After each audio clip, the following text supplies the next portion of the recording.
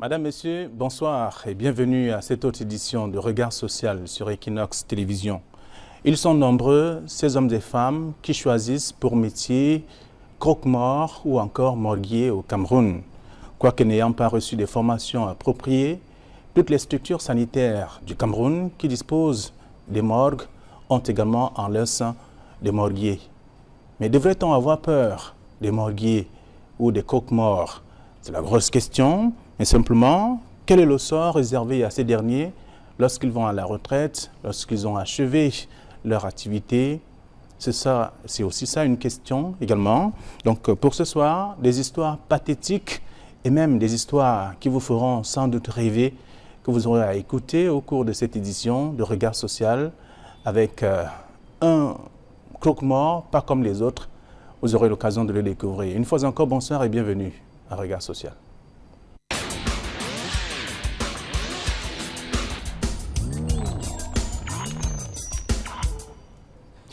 Il a marqué du bon temps, du mauvais temps, bref, les deux moments sont associés pour qualifier tout ce qu'il a pu faire durant son séjour à l'hôpital La Quintini de Douala.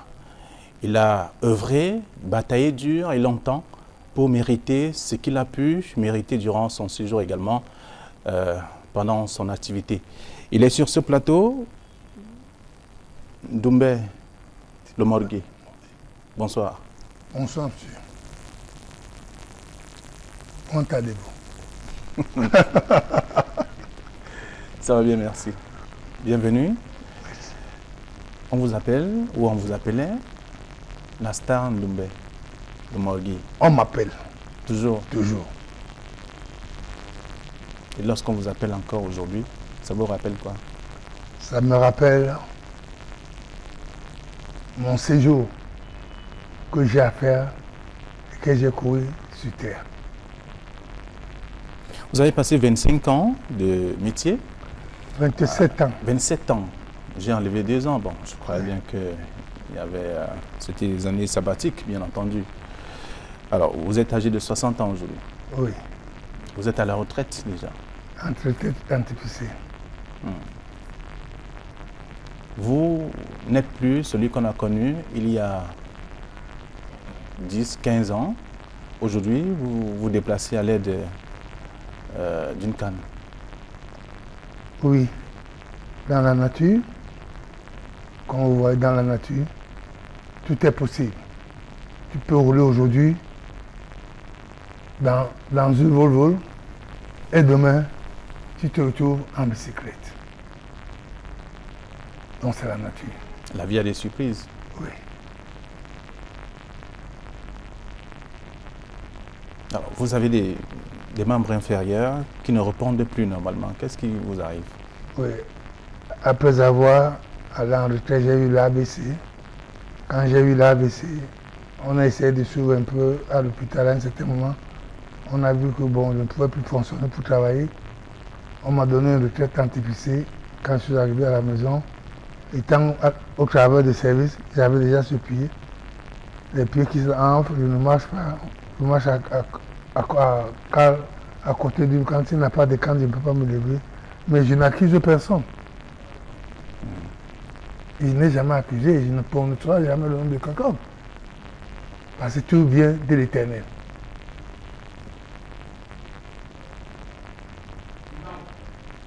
Alors, vous pensez bien que ça vient de l'Éternel, tel que vous le relevez. La star Doumbé, le morguier, c'était la belle époque? À la belle époque. Oui. Et il restera toujours. Vous avez gardé le même look? Il restera toujours, monsieur le journaliste. Mais vous avez perdu des forces? Oui, j'ai perdu des forces parce que même la machine perd la puissance.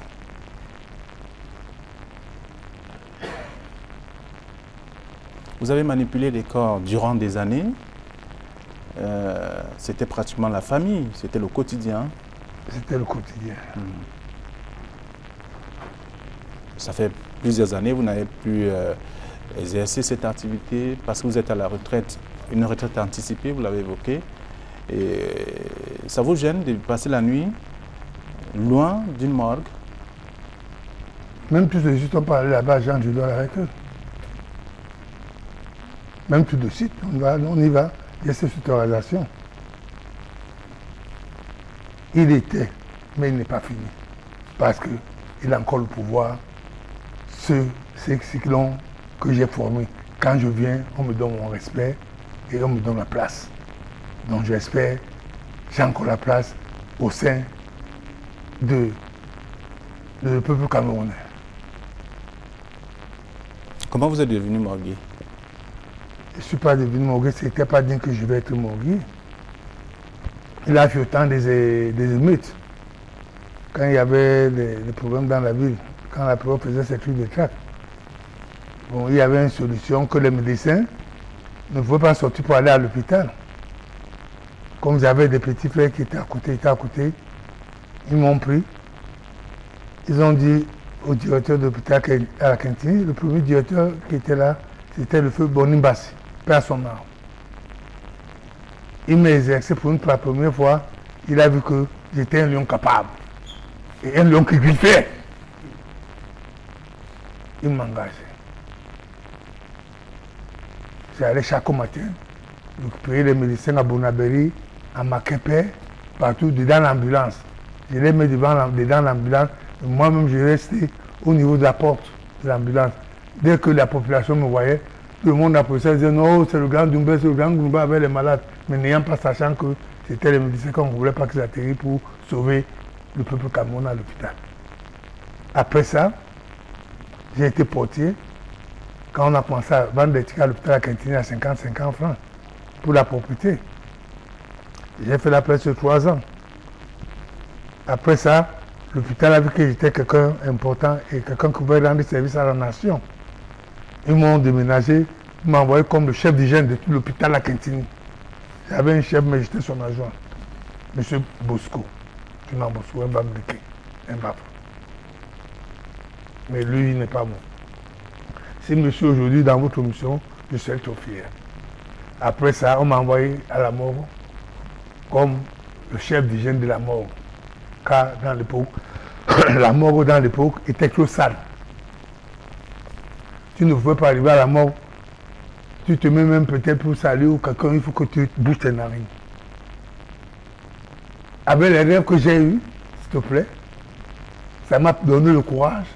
Et avec ma foi, et avec ma volonté, je me suis engagé. En un an, j'ai changé la morgue.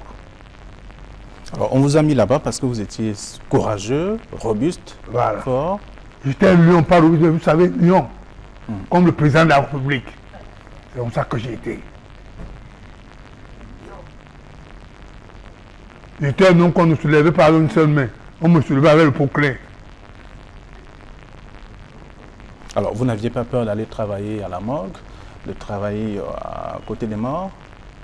Je peux vous initier si vous voulez. Vous allez être journaliste morguier. C'est un bon... Ça fait l'avantage du pays. Oui, oui. C'est très normal. L'homme ne meurt pas. Parce que j'espère que vous avez froid aux yeux. Ou peut-être je suis en train de vous intimider, de me poser des questions. L'homme ne meurt pas. Mettez ça en pleine image. L'homme a un repos éternel sur terre. Parce que le Créateur est venu te trouver sur terre poussière. Il a soufflé sur tes narines 3 fois. Tu t'es mis debout. Et quand il veut te reprendre, tu convertis 3 fois. Vous savez ce qu'on appelle convertir? Hein? Dites-moi. Là, vous avez un macabo dans la mort. Une fois, ça descend.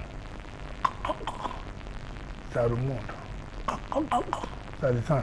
L'arme est déjà partie, tu es resté une carapace qui n'a plus de valeur sur terre. On peut te matriculer en tout temps. Te sucer la bouche, te faire l'amour même.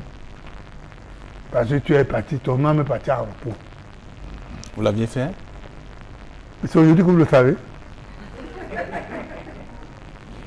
Peut-être ça vous surprend, on peut aller maintenant même, tu prends tes éléments, tu vois comment je suis.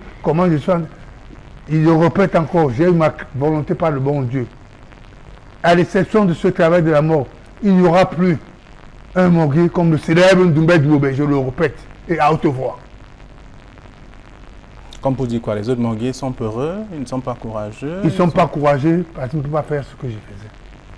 Parce que les morguiers d'aujourd'hui, un corps fait 3 jours dans la maison, on les appelle de venir récupérer pour amener la mort, ils disent que ça sent, ils ont peur. Mais tandis que moi, j'ai enlevé les corps qui ont fait un mois dans l'eau, décomposés à 0 degré. Je n'ai jamais eu à travailler avec les gants. Je n'ai jamais eu à mettre les masques dans mes narines. Pourquoi? Parce que quand je porte les gants, je te traite que tu es sale. Quand je mets le masque, je te traite que tu pues. Parce que le Fils de l'homme avait dit, celui qui toucherait mon linge sans vêtu, ses bras seraient l'un de ses disciples. Est-ce qu'un cadavre ou un mort vous a giflé un jour? On a souvent entendu des histoires du genre. Les histoires déjà des giflés là, vous savez, nous en Afrique, nous n'aimons pas les faire commenter, mais le Cameroun aime les commentaires. En Afrique, on dit ce qu'on a vu. Mais au Cameroun, on parle de ce qu'on n'a jamais vu.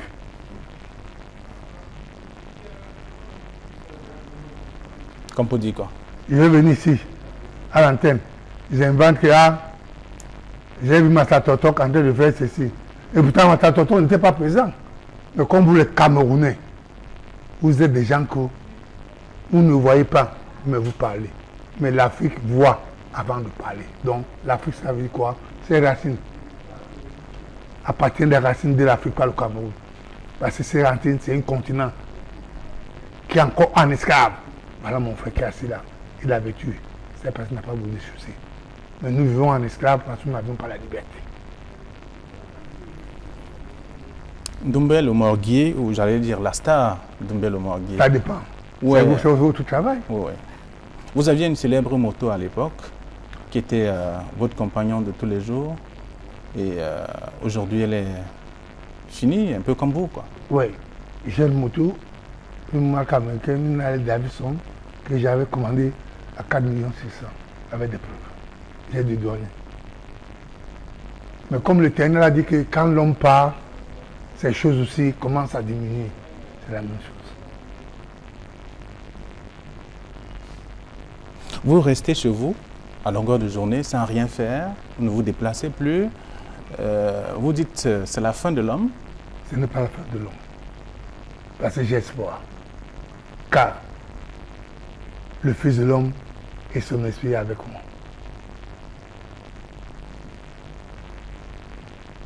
Est-ce que ce n'est pas parce que, à cette époque-là, ou alors jusqu'à aujourd'hui, puisque vous continuez de prendre un peu de stupéfiants, que vous aviez eu le courage de faire tout ce que vous avez fait par le passé? Non, vous ne connaissez pas le nom de ça. C'est quoi On appelle ça le banga. On appelle ça le banga. Le banga n'a un courage sur le travail de mon vieux.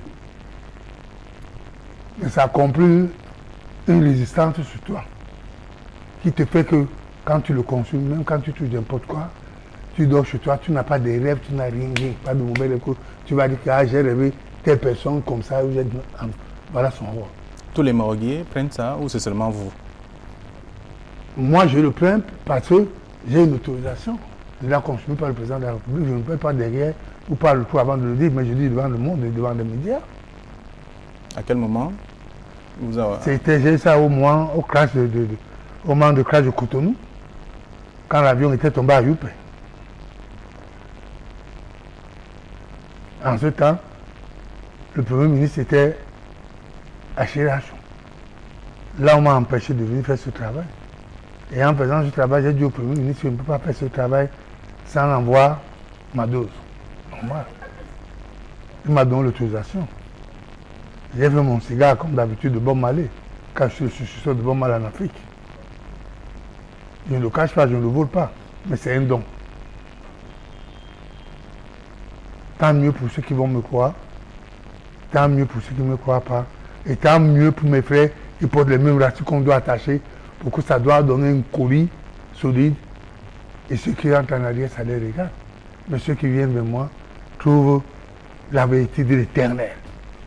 Alors, dites-nous un peu, est-ce que c'est pas parce que vous aviez trop consommé le banga que vous êtes comme ça aujourd'hui? Non, le banga ne sert rien à ça, je vous ai dit ça. Est-ce que quand tu es pilote d'avion, à un certain moment, l'avion, tu te passes à piloter, non? Mais monsieur le journaliste, répondez à ma question. Oui. Pourquoi? Parce que le moment est arrivé que le Christ a dit que, bon, il y a un temps pour se reposer et il y a un temps pour être lion. Aujourd'hui, je suis devenu un petit lion. Mais, ainsi que le nom de lion farouche reste toujours Ndoubé le célèbre. Vous n'êtes plus célèbre aujourd'hui. J'en ai toujours célèbre. Si je n'étais pas célèbre, c'est que vous ne m'avez pas invité. Vous avez vu que je suis célèbre. Voilà pourquoi vous m'invitez dans votre plateau de brigade sociale. Et par rapport à le show que j'ai eu, le show que je me trouve aujourd'hui. Oui, vous n'avez plus les mêmes forces, les mêmes avantages que vous aviez par le passé. Vous êtes à la maison, on ne vous connaît plus, on ne sait même pas où vous êtes. Oui, parce que la maladie m'a appris, m'empêche maintenant de faire mes aventures. Les aventures que j'ai faites en 70, c'est pas que je vais faire ça encore aujourd'hui. Et sachez encore que secondo, la vieillesse, quand elle pèse déjà sur le dos, quand tu portes déjà les couronnes d'une vieillesse, tout change sur toi. Parce que tu n'as plus le couronne de le sang qui bouge. On s'entend? Mais quand vous me répondez pas, monsieur le journaliste, c'est comme si peut-être je vous effraie. Je reprends, allez-y. C'est ça. Voilà pourquoi je vous dis aujourd'hui qu'il y a un temps que la voiture roule à 100%. Et il y a un temps que vous trouvez que cette voiture, on a déjà mis les pieds en haut, on a enlevé les roues. Parce que son temps est arrivé, qu'elle soit sur repos. Reposer. Cette voiture, on la verra plus chaque jour. On la verra peut-être après 6 mois. On peut être content avec ça. Et on peut être content de ça sur le barré. Est-ce que vous pensez que les jeunes aujourd'hui peuvent vous prendre pour exemple pour devenir croque-mort? On est d'abord dit que les jeunes d'aujourd'hui, j'ai beaucoup donné le courage à beaucoup de jeunes pour ce travail.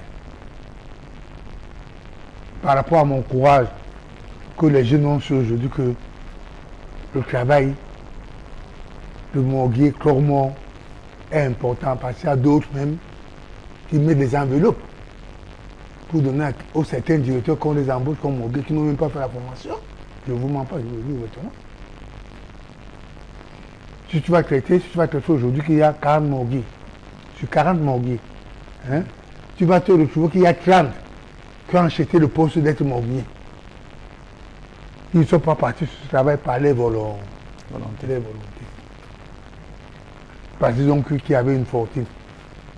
Mais, hélas, à la dernière minute, ils se regrettent qu'il n'y avait pas de fortune comme ils pensaient. Parce qu'on peut faire la fortune sur un mort. Ou sur comme faire le repos éternel. On ne peut pas la fortune. Alors, dites-nous, quel est le souvenir que vous gardez de ce travail au niveau de la morgue précisément? Au niveau de la morgue, j'ai gardé un souvenir. Pour commencer la morgue, le souvenir que j'ai gardé, je remercie l'Éternel Tout-Puissant et son Fils Jésus-Christ d'avoir me bâti un château de vampires. Que ce château, vous l'avez dit, un château de vampires. C'est-à-dire quoi?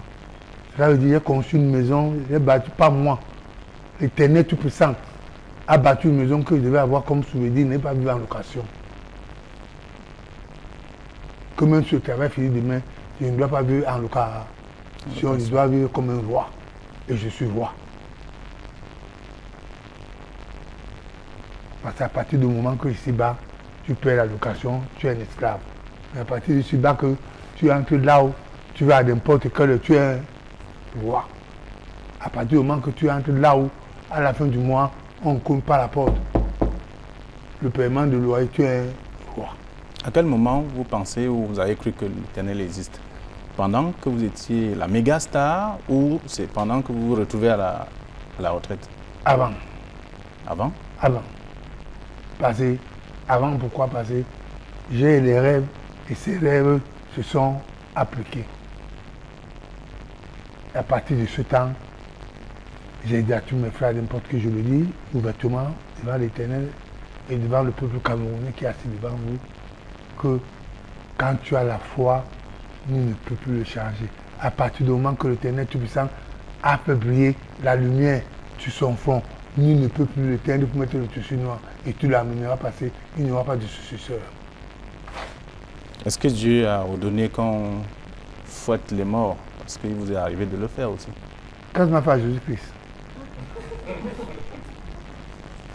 Qu'est-ce qu'on a fait à Jésus-Christ? Monsieur, il a répondu, qu'est-ce qu'on a fait au propre l'homme de Christ qui a versé son sang pour nous? On l'a maltraité même plus que ceux que moi je maltraite aujourd'hui. On l'a bâtonné, on l'a mis une couronne, on l'a fait porter la couronne, on l'a fait monter des collines, des collines. Oui, mais les morts, vous faisiez quoi pour les frapper? On les frappe parce qu'ils sont têtus. Moi, je cause avec les morts. Je n'ai pas acheté, mais c'est un don. Je vous répète, monsieur le journaliste, que c'est un don pour moi. Parce que même quand je travaille, quand on t'amène à tes sens, avant que je te touche, hein, dans mon esprit, l'esprit m'a déjà parlé de quoi tu es, qui tu es.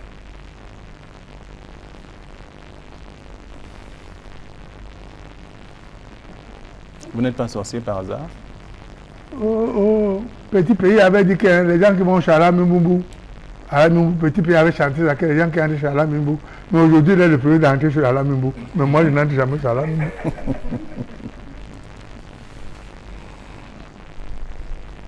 Alors, durant 27 ans, vous avez côtoyé les morts, vous avez travaillé avec les directeurs et les membres du gouvernement, ministres de la Santé, beaucoup plus, oui, beaucoup. Qui sont passés, qui voulaient à tout prix vous saluer, parce que vous étiez, on a cru que vous étiez, pas qu'on a cru, vous étiez d'ailleurs célèbre.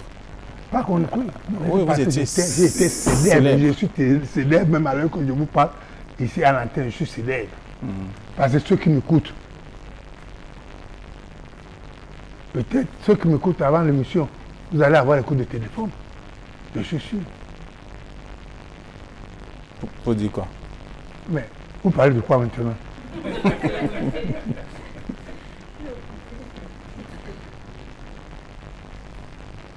Parce qu'il y a ceux qui vont vous demander qui me donnent là. Est-ce que ce qui vous dit là, c'est la vérité ou c'est le mensonge? Parce que beaucoup vont croire que c'est le mensonge. Parce qu'ils n'ont pas vécu. Et ils n'ont pas assisté. Alors, d'autres personnes ont dit que les croque-morts sont également des gens riches, un peu comme vous. On vous a vu de ce moment, au courant de ces années-là, beaucoup d'argent, c'était pas un argent, c'était pas que votre salaire. Et qu'il y a des pratiques peu orthodoxes qui sont faites également au niveau des morgues. Il n'y a aucune pratique. Vous savez qu'auparavant, ce travail de croque-mort morguier, il n'y avait pas beaucoup de gens qui voulaient le faire. Moi qui étais le premier à le faire, parce que j'étais le premier, et le chef était le premier à faire connaître ce que veut dire morguier et croque-mort dans le pays ici. Passant par moi, que le pays a ce que veut dire morguier et croque-mort. Pendant les services que je rendais à la population. Et ces services faisaient d'une manière que quand je vais avoir mon pouvoir, au lieu d'avoir une bouteille de whisky, on va me donner 5. Et si on me donne 5 bouteilles de whisky, je vais boire 2, je garde 3. Économie des réserves de la vie. C'est ça qui m'a fait moi d'ouvert, j'ai évolué. Et vous avez encore ça? Quelques réserves? Vous savez, même notre père, le président de la République, Paul Biya, laisse sa présidence aujourd'hui, il ne serait plus comme il était. Vous êtes d'accord avec mon monsieur journaliste? Voilà la réponse. Alors, un homme comme vous avez laissé votre coiffure qui est différente des autres. Elle faisait peur, ou elle continue de faire peur à tout le monde. Est-ce que vous-même, vous ne vous sentez pas un peu marginalisé lorsque vous passez devant les gens? Un sorcier ne peut pas avoir peur d'un sorcier quand il n'est pas sorcier. C'est-à-dire quoi? Cela veut dire, mon look fait peur à ceux qui savent que ils ne sont pas tranquilles dans la nuit. Mais vous êtes saint, monsieur le journaliste. Pourquoi me saluer, m'embrasser? Mais lui, pourquoi il a peur de m'embrasser? Parce qu'il connaît que la puissance que porte au nom de l'Éternel, le nom de Jésus-Christ, va le faire effrayer et ça va le faire créer. Donc, il me fuit. Mais quand vous êtes simple, vous allez me fuir. Pourquoi? J'ai les griffes sur moi? Non. L'homme qu'on a peur de lui, parce qu'il a les griffes, c'est parce que cet homme aussi lui-même aussi porte une chemise de griffes.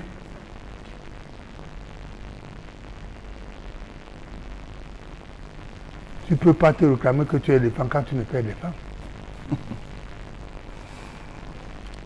Alors, pendant que j'interrogeais ceux qui vous ont ou qui vous connaissent, beaucoup ont dit qu'il y avait des morts qui arrivaient, des cadavres avec des bijoux partout, qui étaient récupérés par, ou qui sont très souvent récupérés par les croque-morts. Et ça fait partie des actes que vous aviez également posés. Peut-être ce que vous l'ont dit. Mais ils n'ont pas vu, mais ils sont venus vous rencontrer. Peut-être ceux d'aujourd'hui. Peut-être ceux d'aujourd'hui le font. Mais je ne le dis pas qu'ils font parce que je ne les ai pas vus. Je parle de ma personnalité. Je sais que mon pouvoir m'a fait. J'ai bâti quelque chose de mieux. Et avec la relation que j'ai cherchée, ma relation que j'ai cherchée n'était pas pour dire aux familles que si je veux laver un corps, donnez-moi 50 000, 100 000. Non. Je le fais comme un don. Et je reçois le don que Dieu m'envoie. Et dans ce don, j'ai été Douala, je me suis rendu moi-même Bamileke, un Bamfam. Étant rendu Bamileke, j'ai étudié les habitudes d'un Bamileke. Un cham qui m'avait dit que si tu travailles, tu as un bois d'arachide. S'il y a 50 grains, mange 20 grains, garde 30 grains, ça va t'aider. C'est passant par là que je me suis devenu Bamileke. Voilà. Parce que mon père s'appelle Kimpak Didoni, un cham. Ma mère est Douala. Elle s'appelle Djingou Régis. Donc j'ai pris le sang de côté de mon père. Ceux qui sont là aujourd'hui, leur problème est qu'ils veulent le gombo. Le gombo va où? Derrière les fesses des femmes. Le gombo va où? Dans les alcools. Le gombo va où? Là où montrer les épaules, là où les épaules ne sont pas en Dieu n'a pas encore mis ta cravate. Tu attaches ça là. Non, à mon temps, c'était pas comme ça. C'était ça, ça faisait partie de votre célébrité, non? Les femmes, la boisson et tout le reste. Non, ça ne faisait pas de ça. Les femmes sont venues à donner position parce que ces femmes, j'ai vu que c'est les femmes qui devaient faire que mon toit devait briller beaucoup. Parce que grâce aux petites filles de 13 ans, 14 ans, 15 ans, que je gérais, avec la moto que vous connaissez, avec les octaves que je suivais, m'a fait être célèbre dans la République.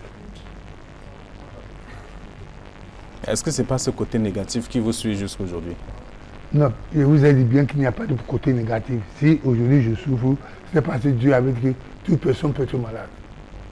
Je ne crois pas au marabout, je ne crois pas au charlatan, mais je crois à mon esprit saint. Alors, vous êtes à la retraite, c'était une retraite anticipée. Oui. Vous n'avez pas encore votre pension. Jusqu'à maintenant, j'ai fait Yaoundé fatigué. Quand j'arrive là-bas, ça m'a fait finalement, j'ai dit même que je fais une semaine à Yaoundé, je paye l'hôtel, je paye ma nourriture. Quand il faut aller au ministère de la Santé, ils me disent que les dossiers sont en train d'être traités. C'est jusqu'aujourd'hui traité. Je demande alors au peuple camerounais que nous qui avions travaillé, que nous sommes en retraite, dont on n'a pas le droit de nos dûs. Je demande au peuple, pas au peuple camerounais, au gouvernement camerounais, empressé. Il a oublié tout ce que vous avez fait de bon? Ils ont oublié tout le bien que j'ai rendu à la nation. Ils m'ont crucifié comme Jésus-Christ.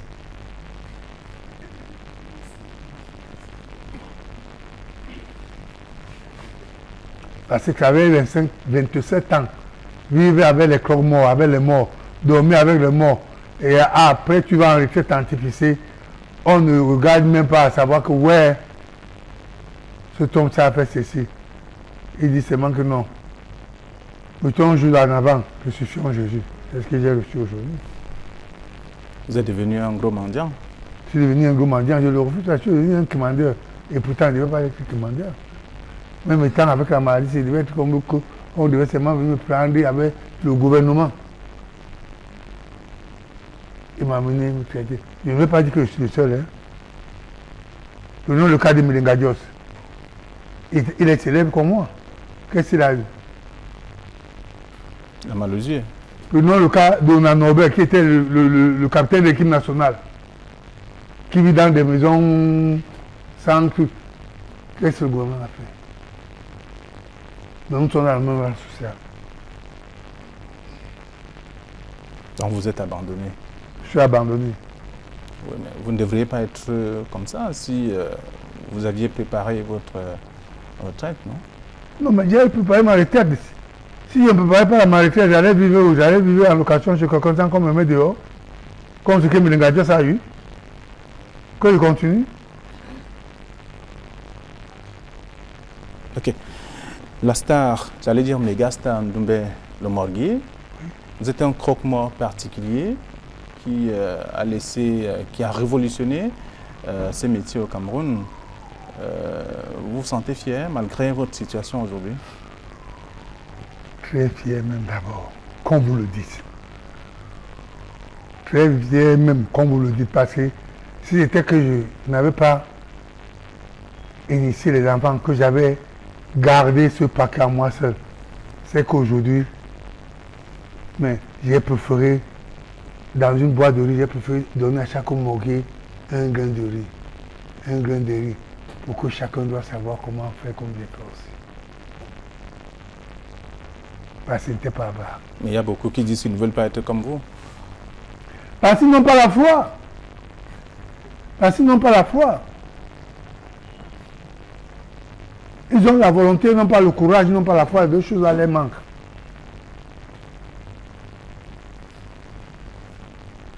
Les deux choses là les manquent. Et pour avoir les deux choses là, il faut travailler. Il faut être esclave de l'Éternel. Pas que tu viens de tromper. Parce qu'il y a ceux qui se vêtent en blanc et mettent le noir comme votre veste, tandis que c'est le noir qui porte, et des gens qui portent le blanc, mais pourtant ce n'est pas le blanc. Vous m'aviez dit qu'il y a deux voies à suivre lorsqu'on est croque-mort. Oui. Soit vous faites tout ce qui est bien, soit vous faites tout ce qui est mal, oui, ou mauvais. Oui, quand tu fais déjà ce qui est mauvais, vous ne choisissez pas les deux? Non, tu ne choisis pas, tu choisis une seule. Vous avez choisi quelle voie? Tu ne peux pas gérer, excusez-moi monsieur le journaliste, vous ne pouvez pas gérer deux vélos à la fois. C'est clair? Vous choisissez le bon ou le mauvais. Si ton esprit a choisi le mauvais, tu vas de ce côté. Moi qui avais choisi le bon côté, aujourd'hui, je vois ma récompense et je vois mon salaire et ma souffrance parce que j'ai choisi ce côté. Mais ceux qui ont choisi le mauvais côté ne souffrent pas.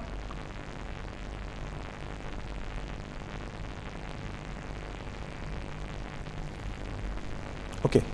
Nous allons vous laisser vous reposer un peu. Nous allons passer quelques minutes. Ça dépend. Vous avez un message adressé à tous ceux qui vous regardent. Vous regardez cette caméra qui est juste en face de vous, ici. Ouais, mais je vous vois.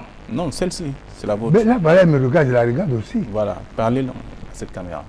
Vous parlez à ceux qui sont là-dedans, qui vous regardent. Un message à transmettre au peuple camerounais. Que le peuple camerounais vienne à mon aide. Que le peuple camerounais sache que j'ai été un serviteur pour eux. Et je demande aux gens de bonne volonté, avec mon état que je suis devant votre caméra, qu'ils viennent à mon aide parce que ce n'est qu'eux qui me restent comme une famille pour moi.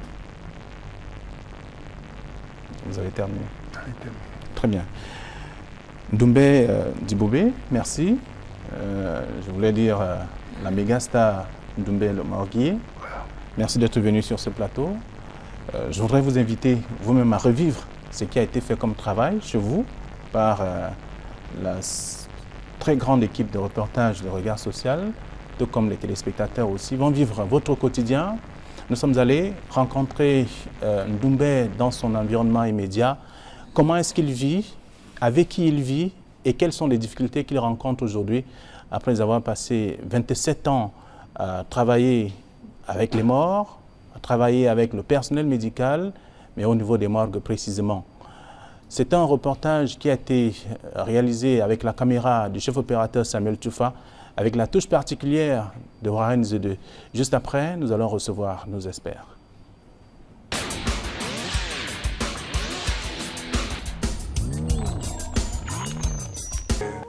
Dans les cercueils. Je ne peux jamais l'oublier parce que même la première cage qui s'est passée de Cotonou, j'ai toujours l'image de ça sur la tête. Parce que la première cage de Cotonou, même le sapeur-pompier devait avoir abandonné 2 corps dans l'eau.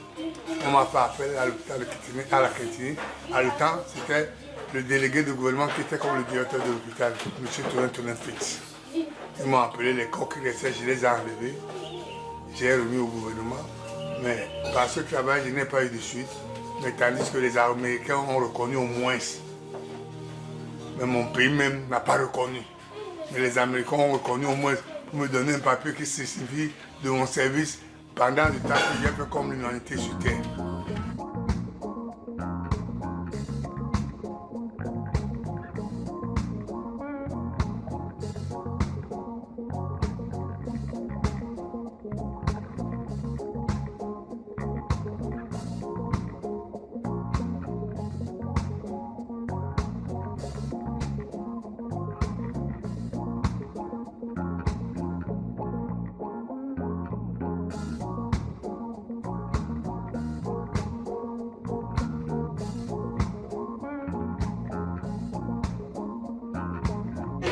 Ndoumbé le Morguier est un adepte de Bob Marley.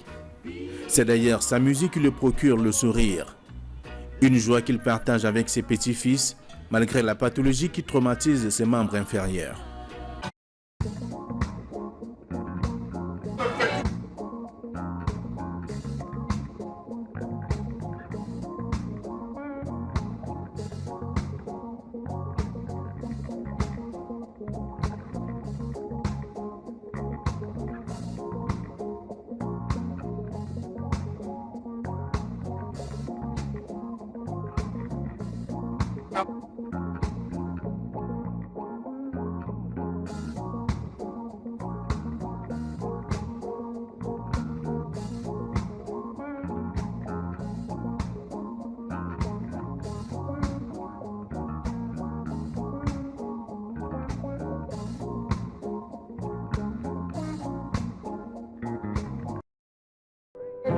Bob Marley, que vous comprenez, je n'ai pas eu de lien avec lui, mais j'ai fait une rencontre avec Bob Marley au Gabon quand il était venu pour le mariage de la fille de Bongo.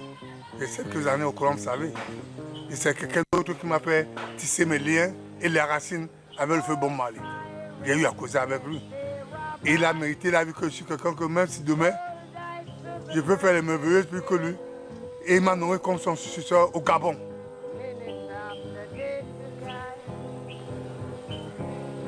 Voilà le lien de Bob Marley est mon grand-père. Et je suis son petit-fils. Et j'ai voulu que les liens de l'Afrique, les racines quoi. Parce que Bob Marley était un Africain, il n'était pas un blanc. Il revendiquait les liens de l'Afrique, pas les liens du Cameroun. Mais Bob Marley revendiquait les racines de l'Afrique. Et où sont ces racines? C'est ces racines que je porte sur ma tête. Ça ne sont pas les cheveux, mais c'est les racines de l'Afrique. Ça, c'est les racines de l'Afrique. Ndoumbé est désormais retraité depuis plusieurs années. Celui qui a révolutionné le métier de morguier au Cameroun est malade. Ses membres inférieurs sont victimes d'une maladie dont il ignore le nom.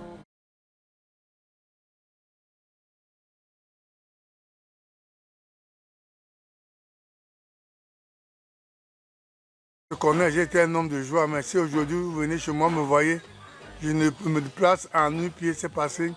Mes pieds ont des problèmes, je ne peux même plus porter les chaussures, pas que des tennis. Et je marche nu-pied. Et même les sorties, c'est dû passer un peu pour mettre les chaussures. Donc, cette maladie m'a mis d'une façon, d'une manière que je suis devenu comme un prisonnier à la maison. Je n'ai de quoi faire, je n'ai de quoi vivre. C'est le dépend des bons dieux qui m'aident à quoi, comment vivre. Ma passion de retrait, je suis fatigué. Je me suis étonné, je ne sais pas pourquoi. Je me demande si le gouvernement a oublié d'autres gens et aimé d'autres gens. J'ai fait Yaoundé plus d'un an. Quand j'arrive là-bas, on me dit, ah, va, ceci, c'est là, le dossier n'est pas encore traité. Je parle tout ça. L'argent de transport, l'argent là, je dois dormir. Là, des fois, je fais 3 jours à Yaoundé. Des fois, je fais une semaine. Je ne trouve pas de suite. Après, on me dit, on va voir. Les dossiers sont en train de s'être traités jusqu'aujourd'hui. Je ne sais pas où on nous trouve les dossiers, qu'on dit qu'on nous traite, qu'on ne fait que traiter. Ma passion, je n'ai rien. Âgé de 60 ans, le célèbre Morgué est dans la détresse pratiquement. Les moments de gloire ont disparu. Les 25 années passées au service des morts et des vivants sont à l'abîme. Donc je coule les larmes pour dire à ceux qui sont en haut qui sachent ils oublient d'autres gens. Pourquoi? Et ceux qui ont rendu service à la nation. Quand il pleure comme ça me fait franchement mal. Il pense à ces choses, tout ce qu'il a pu travailler, comme ce qu'il a travaillé, le mérite de ce qu'il a travaillé. Je n'ai pas vu ça. Le lion est atteint. Ndoumbé Morgué est désormais sans repère. L'homme a pourtant marqué son séjour à la morgue de l'hôpital La Quintini de Douala. Ses contributions lors des cas de sauvetage, lors des catastrophes, ont été immortalisées. Dans ce pays, j'ai rendu nation à la pays passé, il y avait des accidents graves que même les sapeurs-pompiers n'atteignaient pas. On me faisait appel. Et quand j'y arrivais, je réussissais à ma mission et je rendais à la nation la joie. Il y a la catastrophe. J'ai prouvé et j'ai montré, les gens ont vu, on en a parlé, les médias en ont parlé, le pays en a parlé, moi aujourd'hui je me trouve à zéro. Le seul cas qui lui a valu une récompense externe est celui du crash survenu en Banga Pongo. L'accident de Banga Pongo, je ne pourrais jamais l'oublier dans ma vie parce que j'ai travaillé, j'ai eu une récompense. Même si je n'ai rien, cette récompense va passer le jour où je vais dormir, on explose ça devant mon cercueil.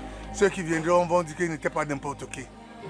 Donc j'ai eu, quand même, j'ai été satisfait, même si je n'ai pas eu les moyens, mais j'ai eu un papier qui dépasse l'argent. Mais pour le pays ici, dans ce pays au Cameroun, je n'ai rien eu comme intérêt. Mais en Afrique, j'ai eu un intérêt parce que l'Afrique m'a reconnu comme un serviteur. Ndoumbé était un morgué particulier, voire même exceptionnel. Il parvenait à dresser les cadavres têtus. On m'a appris, quand un corps veut menacer, tu cherches un fouet ou un tuyau, tu lui donnes au moins 50 coups de fouet. S'il avait n'importe quoi dans son idée, il va se calmer. C'est comme on m'avait pris juste à Douala pour aller, on est venu chercher à Douala, à la route de l'Ouest, à la route de Tchang. Et un corps qui était en haut de la voiture, se plaçait au milieu de la route. Ça ne voulait pas voyager. On m'a pas appelé de Douala, je suis arrivé là. J'ai fait les méthodes que je vous explique. J'ai cherché les fouets, j'ai bâtonné ce corps jusqu'à ce que la voiture a démarré. On a mis le corps en haut de la voiture, on est parti à l'enterrement, on a enterré sans problème, je suis rentré sur Douala. Celui qui dévoile les petits secrets du métier aujourd'hui avait développé une certaine affinité avec les morts qui suscitait des envies. Tout de suite que la mort n'existe pas. Si la mort existait, c'est que l'âme reste, mais l'âme sort. Quand Dieu t'a donné la vie 3 fois, il t'a trouvé poussière, il a soufflé sur tes narines 3 fois, tu t'es levé. Et quand tu veux repartir, tu convertis. Convertir, cela veut dire que tu fais ça une fois, 2 fois. La 3e fois, tu deviens glacé parce que l'âme est rentrée chez le Père. Maintenant, la chair est restée comme elle était. Les belles filles, je les ai embrassées parce que c'est pas moi, mais ils avaient le recours. J'en ai fait. J'en ai fait. J'en ai même mangé, tu en es témoin. Peut-être, je ne dis pas les gens, parce que tu es mon confrère depuis 30 ans, 40 ans aujourd'hui. J'en ai mangé même la nourriture avec les morts, tu l'en sais. Que j'enlevais le pain, je mettais dans la bouche, je mange ça à la balle. Ma boisson, mon eau, tu le sais, je mettais toujours au frigo des cadavres. Et quand je sors, je ne dis rien de ça. Je ouvre, je commence à boire. Ce n'est pas n'importe qui peut avoir la foi que j'avais. Et par rapport à cette foi, m'a fait initier beaucoup de moguets qui sont aujourd'hui les morts. Parce que je travaille beaucoup de gars, beaucoup de gens avaient peur de ça. Mais passant derrière vous, passant vos occasions et passant vos concours, J'ai fait beaucoup de Camerounais non plus avoir peur de repos éternel. Cette façon de faire a amené le public à questionner la vie d'un morguier et de sa famille. Ndoumbe a eu le courage de mener cette autre activité sous une autre forme. L'utilisation des gants de protection et des cache-nez n'était pas de son habitude. Même en temps de décor de composé, je n'avais jamais porté les gants, ni mettre les masques pendant les 27 ans. Même la classe de Mbanga Pongo, tous les gens étaient avec les masques, avec les gants, mais je n'avais pas de masque ni de gants, rien. Ne me n'a jamais parce que quand tu portes les gants, tu te masques, tu es en train d'insulter celui que tu es venu enlever parce que tu le traites de qu'il est sale et il sent. Mais quand tu n'as pas de masque, tu le touches comme ça. Même le bon Dieu va savoir que tu es quelqu'un de l'humanité parce que tu n'as pas le temps des odeurs, tu n'as pas le temps de dire que parce qu'il a fait 7 énormément. Ça ne fait pas 7 mois que j'ai enlevé un corps de composé dans l'eau qui a fait 14 jours. Après fuir tout le village, on est venu me chercher ici là. Je suis entré dans l'eau sans gants, rien, j'ai cassé ça, j'ai attaché. Là, on est parti enterrer directement parce qu'on ne peut pas exposer ça. J'ai dit que les gens, le village fuyaient, on est venu me chercher ici parce que l'odeur faisait les gens du village de ce côté-là, à la plage, ils venaient plutôt de ce côté parce que l'odeur avait envahi la place. C'était à décomposer à 0 degré. La moto qui contribuait à la stermania du célèbre morguier est abandonnée dans un coin de la maison, tout en gardant ses couleurs.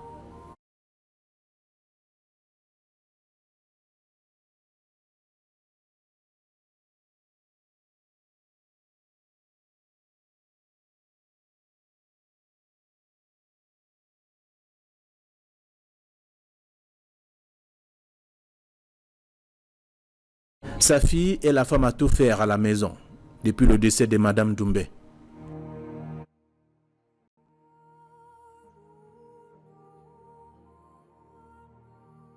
Parce que si je m'affaiblis, lui-même s'affaiblit. C'est mauvais. Donc je retiens mes larmes à l'intérieur. Donc je cherche à le brusquer un peu pour qu'il puisse. Donc pour ne pas qu'il reste tranquille sans rien faire. Grâce au soeur à ses petits-fils. Non. On essaie de le bousculer. Mon père était agité. Donc, il était franchement agité, donc tout le monde le connaissait. Et il gardait bien sa famille. Il était encore enfant. Beaucoup de gens avaient peur de moi. Parce que comme on savait que c'était l'enfant de Ndoumbe, beaucoup de gens me fuyaient à l'école. Que ton père, il a le congélateur à la maison, il garde les pieds des cadavres, il a les pieds des cadavres en main, il a la tête des gens. Donc, moi j'étais un peu frustrée. Ndoumbe le morguier vit au rabais. N'avait-il pas planifié sa vie? L'homme tire son courage de la vie de ses petits-fils. J'ai l'héritage de mes ancêtres. Quand je dors sur le ciment, sur le sol, je suis en direct en contact avec mes ancêtres. Et c'est ça qui fait ma force. Je dors avec mes 4 fils parce que j'ai des initiés qui allaient tant à mon âge qui ne dorment jamais sur le lit. Ils dorment toujours sur le sol. Parce que sur le sol, tu es en contact avec tes gens qui sont partis. Il peut venir, je te sors en rêve, il te parle, mais sur le lit, il ne le fera jamais. Lastan Doumbé le morguier résiste. Il est devenu mendiant. Il ne connaît plus la honte. Ndoumbe le morguier a besoin d'aide pour espérer survivre jusqu'en 2040. Malgré la maladie qui me menace, mon temps n'est pas encore arrivé de me reposer. Parce que l'Éternel a envoyé l'ange pour coller ce photo et mettre la date que vous voyez écrit là d'en bas. 2040. En 2040, on va perdre l'image de le prophète Ndoumbe Dioubé. Je me nomme prophète, pas moi, mais on me l'a nommé, vous le savez.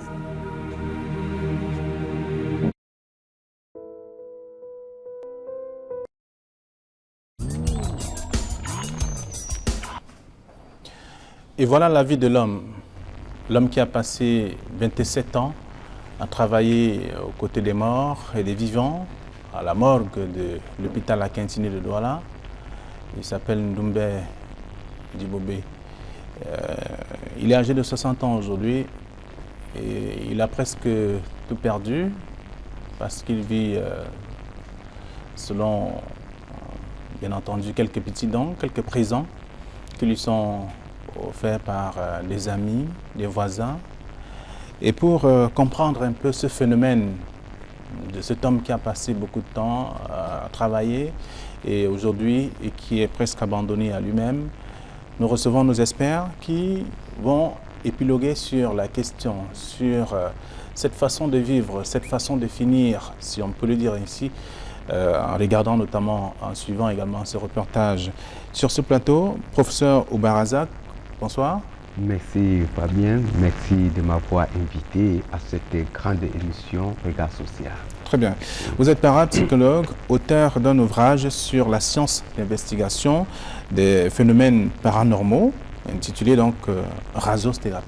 Exactement. Voilà. Vous savez, la rasosthérapie, c'est une science d'abord issue de la médecine traditionnelle africaine, permettant de traiter et d'investiguer les phénomènes paranormaux, c'est-à-dire des phénomènes logiquement inexplicables par les sciences cartésiennes. Très bien. Et lorsque vous avez fini de regarder le reportage, vous dites quoi? Ça reste la même personne? Oui, la star? Exactement. Vous voyez, après ce reportage, il y a de quoi couler les larmes, parce que déjà une personnalité qui a servi pour la nation, qui s'est mis bénévolement, nous pouvions le dire, et que vers la fin, il sort bredouille.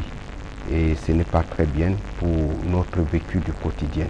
Mais si nous devions revenir sur l'aspect même de la morgue ou bien de morguier dans notre contexte africain, je pense qu'il n'y a pas de débat parce que ce n'est pas un nom qui colle à nos réalités culturelles et même ancestrales, à nos langues, parce que nous savions que nos ancêtres, au moment où ils décédaient, on les enterrait immédiatement. Même actuellement, dans nos chefferies, où ce qu'on a gardé la tradition purement africaine, lorsqu'un roi décède, on l'enterre au tenté, à la minute qui suit. Donc la morgue n'est pas, n'est-ce pas, un nom compatible à nos réalités et us et coutumes. Merci d'avoir accepté notre invitation. Bertin Tinda, bonsoir. Bonsoir Flavien. Bonsoir à tous les nombreux téléspectateurs d'Equinox Télévision qui nous regardent à cet instant précis. Très bien. Vous êtes coach spécialiste en PNL et AT pour faciliter la compréhension des uns des autres. Vous êtes coach spécialiste en développement professionnel.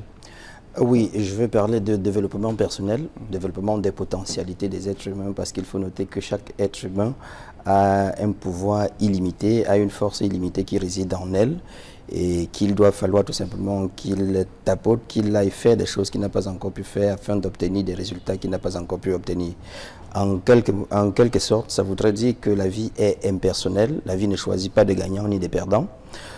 C'est chaque être humain qui choisit sa position et là, la PNL nous accompagne en tant que coach à accentuer, à développer les capacités de chaque être humain afin qu'il puisse vivre la vie qui est la sienne.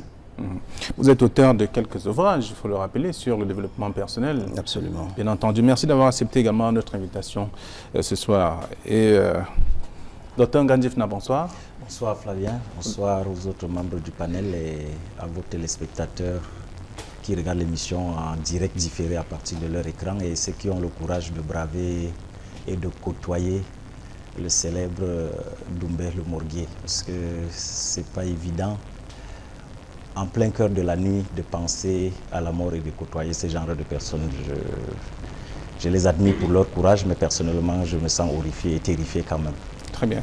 Vous êtes enseignant, vous êtes d'ailleurs sociologue et enseignant à l'Université de Douala. C'est exact. Et votre expérience permet aujourd'hui que vous soyez invité à ce programme parce que vous avez également fait des études sur le phénomène que l'on découvre aujourd'hui, en tout cas parlant notamment des croque-morts et autres faits qui vous permettent également d'être avec nous dans le cadre de cette émission Regard Social. Évidemment, dans un ouvrage préfacé par le professeur Yen Chou de l'Université de Boya portant sur la starmania et le végétariat. Donc ça dit comment on devient star et puis comment on chute par la faim.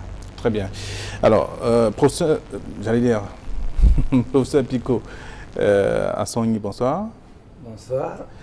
Vous êtes socio-anthropologue, enseignant, auteur de plusieurs ouvrages également, parmi lesquels Les us et coutumes en pays bamileke. Vous avez également fait des recherches sur le comportement des morguiers. Oui, merci aux téléspectateurs et surtout ceux qui regardent Regard Social en ce moment. Nous sommes ravis d'être invités pour apporter notre expertise dans des cas comme celui-ci, où nous aurons déjà à faire peut-être une bonne différence entre des problèmes de société et puis des problèmes de société, et ici des faits sociaux en tant que tels, parce que nous sommes confrontés aux problèmes qui peuvent arriver à tous les hommes, et des corps de métiers particuliers comme ceux des morguiers aujourd'hui qui nous interpellent demandent quand même qu'on s'apaisantisse un peu plus pour mieux comprendre ces problèmes, parce que comme vous l'avez dit, aujourd'hui nous sommes face à Ndoumbé, ils sont 1 million dans la République qui s'occupent des êtres inertes et qui, comme vient de dire le parapsychologue, ne sont pas inertes complètement, ils sont inertes sous la forme physique, mais quelque part il y a des dessous que la science n'explique pas, mais qui les rend encore très actifs. Alors, Ndoumbé est celui-là qui est parti de la gloire à tout ce qu'on a connu, le célèbre Ndoumbé, le morguier, c'est comme ça qu'il se faisait appeler, et aujourd'hui il est presque réduit à zéro. Le problème de Ndoumbé, nous allons l'analyser sous 3 plans. Le premier plan, à mon avis humble, c'est la relation patronale entre l'employeur et l'employé et les assurances sociales qui sont prévues par la législation à cet effet. La deuxième façon de voir le problème serait également le dessous que cachent ces métiers de morguier, parce que qu'on le veuille ou pas, il y a des choses qu'on ne nous explique pas clairement, mais qui existent, et cela également peut relever non seulement de manière directe à certaines choses qui se trament dans les morgues, et il y a au-delà de ces choses qui se trameraient dans les morgues, les risques que des corps ont ou les manipulateurs des corps rencontrent, parce que à l'annulaire, par exemple, vous pouvez trouver une bague portée par un mort, elle peut être en or, elle peut être d'une matière quelconque. Un morguier est bien tenté peut-être de l'enlever et de garder parce que le corps arrive. C'est des corps qui arrivent de suite d'accidents par exemple et des poches garnies. On ne sait pas ce que ça contient et quelle est la réflexion du mort en ce moment par rapport au corps. Il y a également dans ces mêmes dédales des corps qui arrivent, comme vient de le dire le professeur, qui ne sont pas de personnes simples, puisqu'en Afrique, il y a l'initiation. Et quand on est initié, on a donc des choses propres qui sont à l'intérieur et qu'on confie même parfois aux médecins pendant certaines opérations chirurgicales. Certains chefs, il ne faut pas qu'on le cache, ils ont certains pouvoirs qui sont logés dans des organes qu'on peut prendre pour des excroissances, qui sont dans des choses. Il y a également cela. Et au-delà maintenant de ces aspects directs, il y a la vie de l'homme. Donc les assurances sociales des individus ou ceux qui travaillent ont un salaire devraient réfléchir à voir comment, il a dit monsieur, mais déjà faire des économies pour essayer de préparer donc l'avenir. Très bien. Vous allez davantage nous développer ces différents pans évoqués par vous. Dr Gandifna, voilà Ndoumbé qui a été aussi célèbre, vous qui avez travaillé également sur la célébrité, la Starmania et autres. Quelqu'un qui part de ces moments de gloire, aujourd'hui pratiquement à l'abîme. On est préparé à ça parfois? Disons que le copanéliste il peut dresser les pistes essentielles de l'analyse du sujet de M. Ndoumbé. Je crois que le problème de fond ou bien la trame de ce sujet relève quand même de la sécurité et la sûreté sociale, la prévoyance sociale camerounaise. Parce que quand vous regardez le dispositif d'imposition, les frais de la pension retraite sont retenus à la source. C'est pas, il ne revient pas à l'employé de reverser. Alors comment comprendre ou bien justifier dans un état sérieux que vous puissiez passer plus d'un quart de siècle à cotiser et que vous puissiez partir à la retraite 5 ans, 7 ans, un quinquennat, un septennat après et ne pas jouir? Parce que sa situation est évidente, on a suivi son discours. C'est quelqu'un qui a procédé à l'épargne, qui s'est bâti une maison, qui aurait pu vivre décemment avec la pension retraite. Mais il devient mendiant par le fait que l'État ne puisse pas reverser ce qu'il a cotisé pendant 27 ans. Voilà le problème. Donc le problème de fond, c'est d'abord un problème de fiabilité, de viabilité et de garantie de la sécurité sociale en termes de cotisation à notre CNP. Ça, c'est le problème d'abord de fond. Bon, naturellement, nous sommes en Afrique, il y a d'autres considérations qui peuvent se mêler. à force de dessiner peut-être le diable sur le mur, est-ce que M. Doumbé a côtoyé les morts, a pris un surplus de gènes mortifères qui font qu'il est voué à une certaine labellisation des stéréotypes, des préjugés? Est-ce qu'il est en train de subir? Il me semble que cette piste est peut-être à évoquer, parce que c'est quelqu'un qui a gardé toute sa lucidité oratoire dans tous les discours qu'il a tenus, presque environ 1 heure d'entretien. On n'a pas senti de hiatus ou de césure dans la relation des faits. Donc je crois que c'est quelqu'un qui a tous ses sens, ce qui me fait ne recuser la piste de ce que, bon, les manipulations des corps, naturellement, M. Doumbé a eu affaire à des morts relevant de la piste de l'apoptose, c'est-à-dire que les morts venant des morts programmées, c'est-à-dire que des gens qui peuvent se donner la mort, ou bien alors ce qui relève maintenant des morts accidentelles, c'est-à-dire la nécrose. Donc, il a eu affaire à une constellation de 2 pistes essentielles, de nécrose et de l'apoptose. Donc, il peut avoir des gens, comme on dit vulgairement, des gens peut-être blindés, ça c'est possible, et lui-même avoue avoir quelques comportements atypiques ou peu orthodoxes avec les morts. Vous voyez que l'image la plus frappante de dire qu'on a pu manger avec des morts.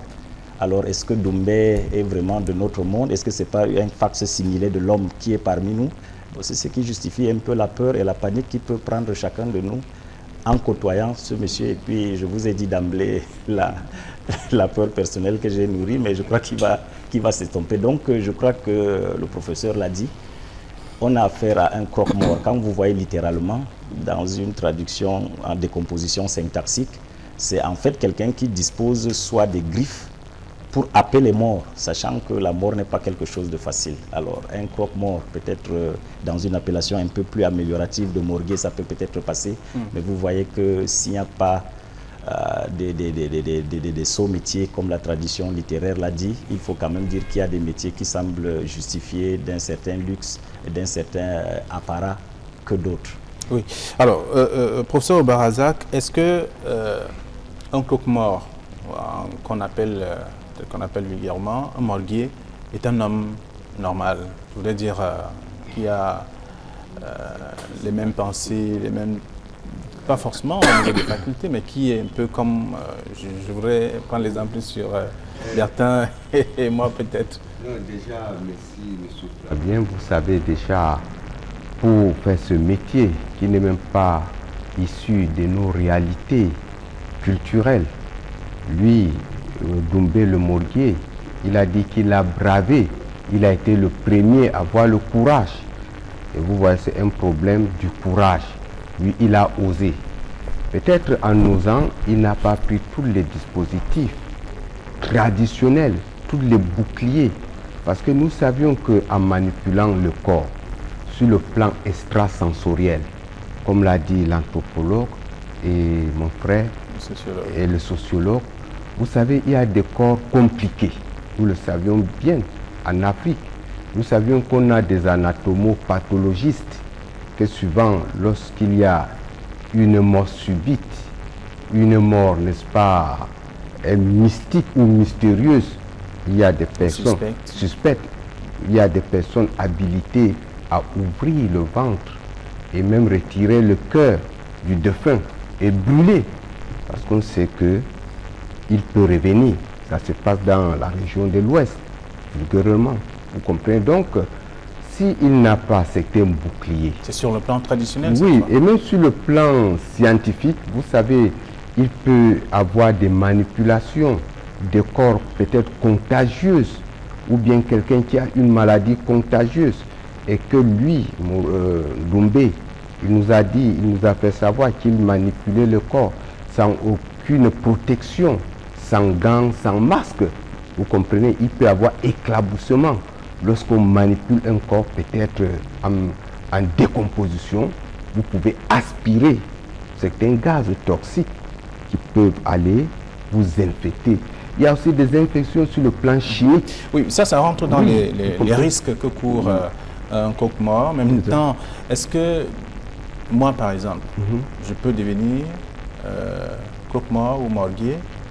C'est difficile puisque ça ne relève pas de votre culture traditionnelle. Lui-même, le morguier, Doumbé, il dit qu'il fume de chanvre indienne. Il a bien dit que ce sont des produits hallucinatifs qui sont comme des drogues. Lorsqu'il fume ou bien il boit de l'alcool, il n'est plus dans son état de lucidité. Vous comprenez? Donc il n'est plus comme moi et vous. Vous comprenez? Donc parce que là-bas, il est dans un système disons, d'ivresse. C'est pour cette raison que vous l'avez vu avec Bob Marley, qui est le roi des ganja.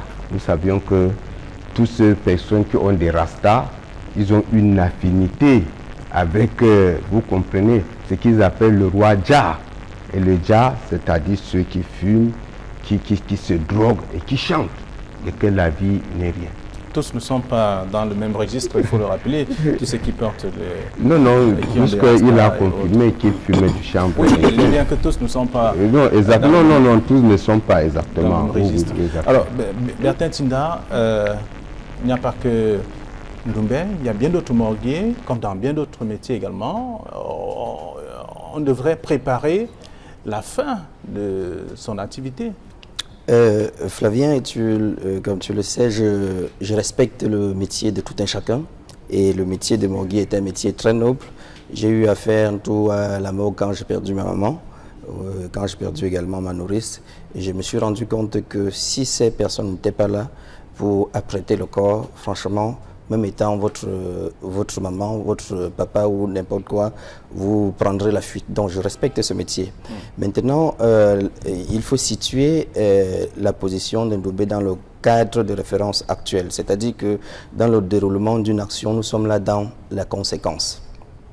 La conséquence, c'est l'imprimé. Si vous plantez un arbre, et à la fin, vous vous rendez compte, quand ça produit les fruits, vous vous rendez compte que les fruits sont acides, les fruits ne sont pas bien. Qu'est-ce qu'il faut faire? Est-ce qu'il faut changer les fruits? Non, on ne peut pas changer les fruits. Donc nous sommes là dans la conséquence, c'est quelque chose de difficile. C'est pour dire quoi? C'est tout simplement pour dire que quand nous venons dans la vie, quand nous venons sur Terre, nous devons être soit un exemple, soit un avertissement. Donc ce cas présent, c'est-à-dire le cas de Ndoumbe qui m'a fait casser une lame tout à l'heure, est un avertissement pour des personnes qui vivent tout simplement pour vivre. Parce que quoi? Parce que dans le métier de morguier, comme dans tous les autres métiers, nous pouvons voir les étudiants qui sont arrivés à 50 ans sans rien faire. Nous pouvons voir des employés qui ont des travailleurs qui ont passé toute la vie à travailler sans faire de planification. Nous pouvons voir des jeunes filles, enfin aujourd'hui des mamans qui ont passé toute leur vie à faire le commerce de chambre et se retrouver à la cinquantaine, soixantaine sans rien faire de leur vie. On peut également voir beaucoup d'autres situations comme ça. J'ai dit tout à l'heure que la vie était une question de choisir et de payer le prix. Soit vous choisissez de travailler, de planifier votre vie, de travailler sur vos projets, d'orienter un certain nombre de choses, de cadrer, de vous organiser pour aspirer à mener une vie, une retraite meilleure demain, soit vous choisissez de vous amuser actuellement pour pouvoir à la fin vivre des situations pareilles. Je disais tout à l'heure, nous voyons ces cas dans des... Ndoumbe n'est qu'un petit cliché, un arbre qui cache la forêt. Nous avons les papas qui aujourd'hui sont allés en retraite et ne font pas la retraite. Ils ne sont pas en retraite, mais ils ont tout simplement changé de métier en devenant des mototaximens ou bien des chauffeurs de taxi ou bien des veilleurs de nuit. Ça fait véritablement mal et tout cela rentre simplement dans le cadre d'une planification de vie manquée. Parce que, je dis, l'être humain est sur la terre pour accomplir, réaliser une raison d'être qu'aucune autre personne ne peut la réaliser à sa place. En coaching, nous appelons ça la ligne de vie.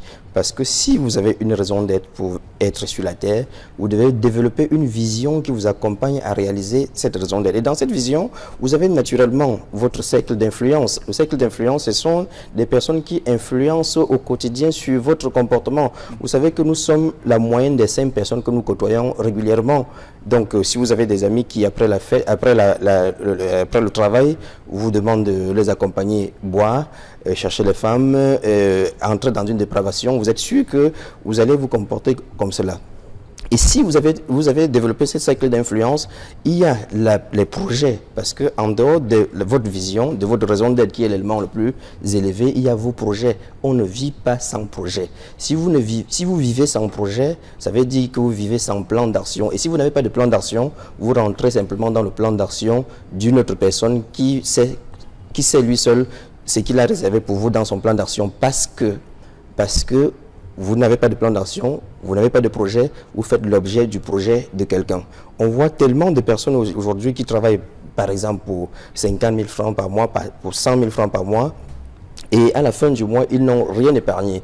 Et si ça se passe comme cela cette année, si ça se passe comme ça depuis 5 ans, et ça se passe comme ça depuis 20 ans, depuis 30 ans, à quoi espérez-vous que votre vie doit devenir? Donc, vous allez développer les projets, développer des buts, développer les objectifs et ensuite, pour terminer par là, Flavien, développer ce que nous appelons en coaching l'ici et maintenant. C'est-à-dire que chaque fois que vous êtes à un endroit précis, vous devriez être là-bas pour une raison. Parce que cette raison est reliée à votre objectif de vie, c'est relié à vos buts, c'est relié à vos projets, c'est relié même dans le cercle d'influence parce que ça vous accompagne à réaliser une raison d'être très très précise. Alors, donc aujourd'hui, si on a un mauvais départ, on va avoir forcément une mauvaise fin? Non, pas du tout. Si on a un mauvais départ, l'essentiel c'est de se recadrer, c'est de savoir que, ok, d'accord, j'ai fait une planification stratégique pour comprendre que à l'instant précis, comme un tableau de bord, à l'instant précis, est-ce que ma vie me plaît? Est-ce que ça me plaît ma vie, mon style de vie? Comme je suis en train d'avancer, comme si je suis en train d'avancer, dans 5 ans, où est-ce que je serai? Dans 10 ans, où est-ce que je serai? Dans 30 ans, beaucoup de personnes ne pensent pas à cela. Ils vivent au quotidien, ce qui est là, ils vivent tout simplement. Et je voudrais dire, Flavien, que sur le cas de Doumbé, parce qu'on peut parler du mysticisme, on peut parler d'un certain nombre de choses, mais ça, ce n'est que de la spéculation. Ce qui est réel, c'est le constat que nous avons.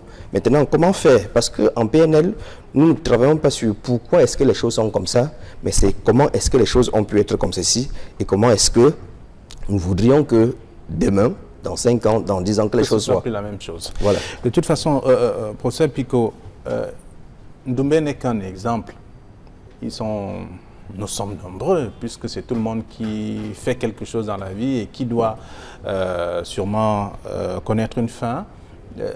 Le cheminement pour un croque-mort est une vie pas du tout facile. On a entendu Doumbé dire tout à l'heure, expliquer ce qu'il a pu faire. Est-ce que c'est le fait d'avoir aussi tenté d'aller avec des personnes décédées qui serait, par exemple, l'une des causes aussi de ce qu'il subit aujourd'hui? Nous allons répondre à cette préoccupation en allant beaucoup plus en arrière. Parce que Doumbé, aujourd'hui, le problème qu'il a, c'est quoi? C'est que Doumbé n'a pas de pension. Alors, pour ne pas avoir de pension, qu'est-ce qui a été à l'origine de tout cela? Nous savons donc que quand nous examinons les textes, parce qu'il faut commencer par là, il y a la loi 66/LF/18 du 10 novembre 1969 qui institue le régime d'assurance des pensions d'invalidité, de vieillesse et de décès. Pour le cas d'espèce, nous sommes dans le cadre des pensions d'invalidité parce que Doumbé va à la retraite de manière précipitée parce qu'il fait un AVC et il n'est plus rentable. En ce moment, il doit aller en retraite. Maintenant, quand il est en retraite, la préoccupation première, c'est avait-il un contrat de travail? Doumbé, nous l'avons interrogé, il a dit oui. Et après, dans le contrat de travail, l'employeur a l'obligation, dans les 8 jours qui suivent, d'affilier son employé à la CNPS. Et en tant que tel, dès qu'il est affilié à la CNPS, après dans son travail, déjà 15 ans après de cotisation, il devrait toucher ses pensions de manière régulière. Alors, s'il arrivait que l'employeur n'ait pas fait cela, il reste la deuxième voie de recours, celle qui est instituée par la loi 016/MTLS du 15 juillet 1968, qui porte production des pièces justificatives de manière obligatoire pour lesquelles l'employé doit donner individuellement à son employeur, l'employeur doit donner individuellement à l'employé ces pièces justificatives de paiement. Pour le cas d'espèce, Doumbé a été régulièrement payé via Ecobank. Et il a donc ses bulletins de paye en bonne et due forme. Ça veut dire qu'il a des preuves qu'il a travaillé et qu'il était payé. En ce moment, pourquoi donc sa pension doit souffrir au niveau de la CNPS? Il dit qu'il est à Yaoundé tout le temps, on lui dit de revenir. C'est à partir d'ici que le bas blesse. Oui, bon, ce n'est pas le fait de ne pas avoir perçu sa pension qu'il est malade. Exactement, j'allais donc enjamber pour y arriver. Bon, la maladie de Doumbé aujourd'hui, telle que nous l'avons relevée, il fume. je connais, j'ai eu le temps de voir Ndoumbe, c'est lui qui ne me connaît pas. Quand le commandement opérationnel chauffait dans la ville de Douala, je l'ai vu moi-même en personne, aux prises avec le capitaine, c'était Mpaye qui dirigeait ces opérations, Jean-Philippe Mpaye. Ndoumbe fumait son hashish en public.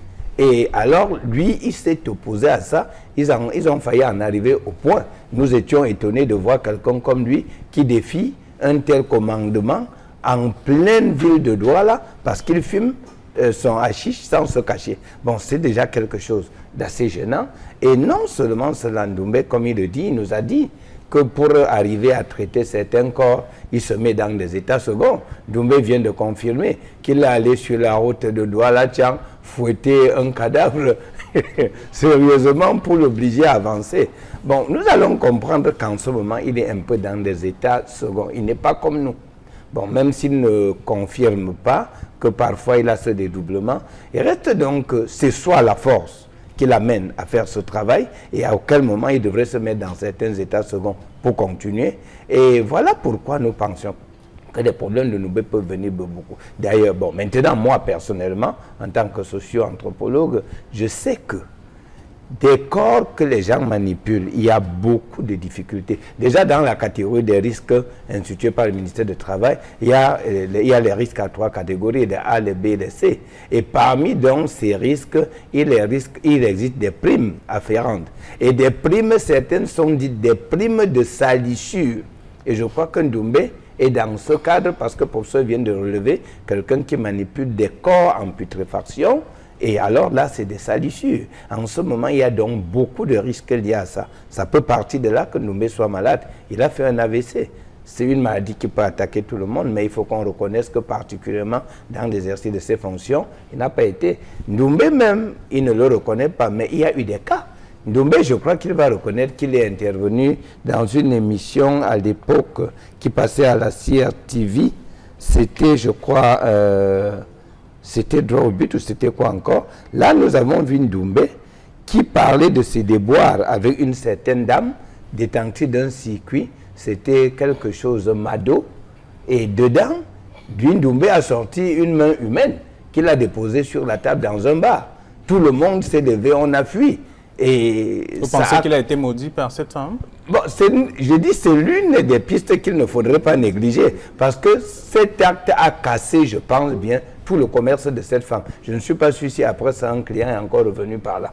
Bon, ça a été vu ouvertement. Bon, il est vrai, il va nous dire, c'est le courage, c'est l'intimidation. Mais c'est des actes, vous pensez que cette femme qui perd son commerce va aller dormir sur ses 4 oreilles?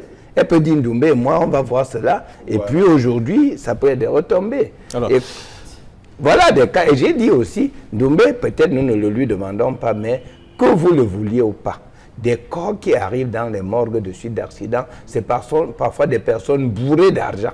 Et alors, quand il reçoit ce corps, je ne dis pas que Ndoumbe soit... Je n'ai rien contre lui, mais il peut être tenté de trouver des tas d'argent sur un corps et il se dit que, mais comme c'est un cadavre, je peux me servir. Il y a donc beaucoup de choses comme ça qui peuvent arriver au morgue. Donc, c'est un métier à risque. Ça, il faut que nous le reconnaissions. Et certaines choses qu'ils subissent aujourd'hui peuvent émaner de certaines remanences à partir de tout ce que j'ai dit plus haut. Très bien. Oui, je m'excuse de prendre un peu la parole à cette justement, j'en venais à vous donner la parole. Pour essayer un peu de me démarquer quand même de ce que... Relativement au sujet que nous abordons, il y a des conseils qui peuvent être d'ordre général, c'est-à-dire s'appliquer à ce que comment arriver à gérer sa carrière pour vivre une retraite conforme. Ça, ces conseils peuvent tenir. Il faut une programmation, il faut une prévision, il faut de l'épargne, ainsi de suite et autres. Mais je crois que l'émission s'adosse quand même à un sujet, à un spécimen et un échantillon qui est M. Ndoumbe. Alors, nous n'avons pas prêté de serment d'Hippocrate pour rentrer dans le registre médical de M. Ndoumbe pour savoir de quoi il souffre, mais il reste quand même constant et évident que dans toutes les corporations professionnelles, dans toutes les catégories professionnelles, dans toutes les couches professionnelles, il est susceptible pour un homme de faire un accident, un AVC. C'est connu, donc ce n'est pas un mal typique à l'exercice de la fonction de croque-mort. Donc je crois que cette piste, il faudrait qu'on la relativise un peu pour aller aux sujets qui peuvent être plus essentiels.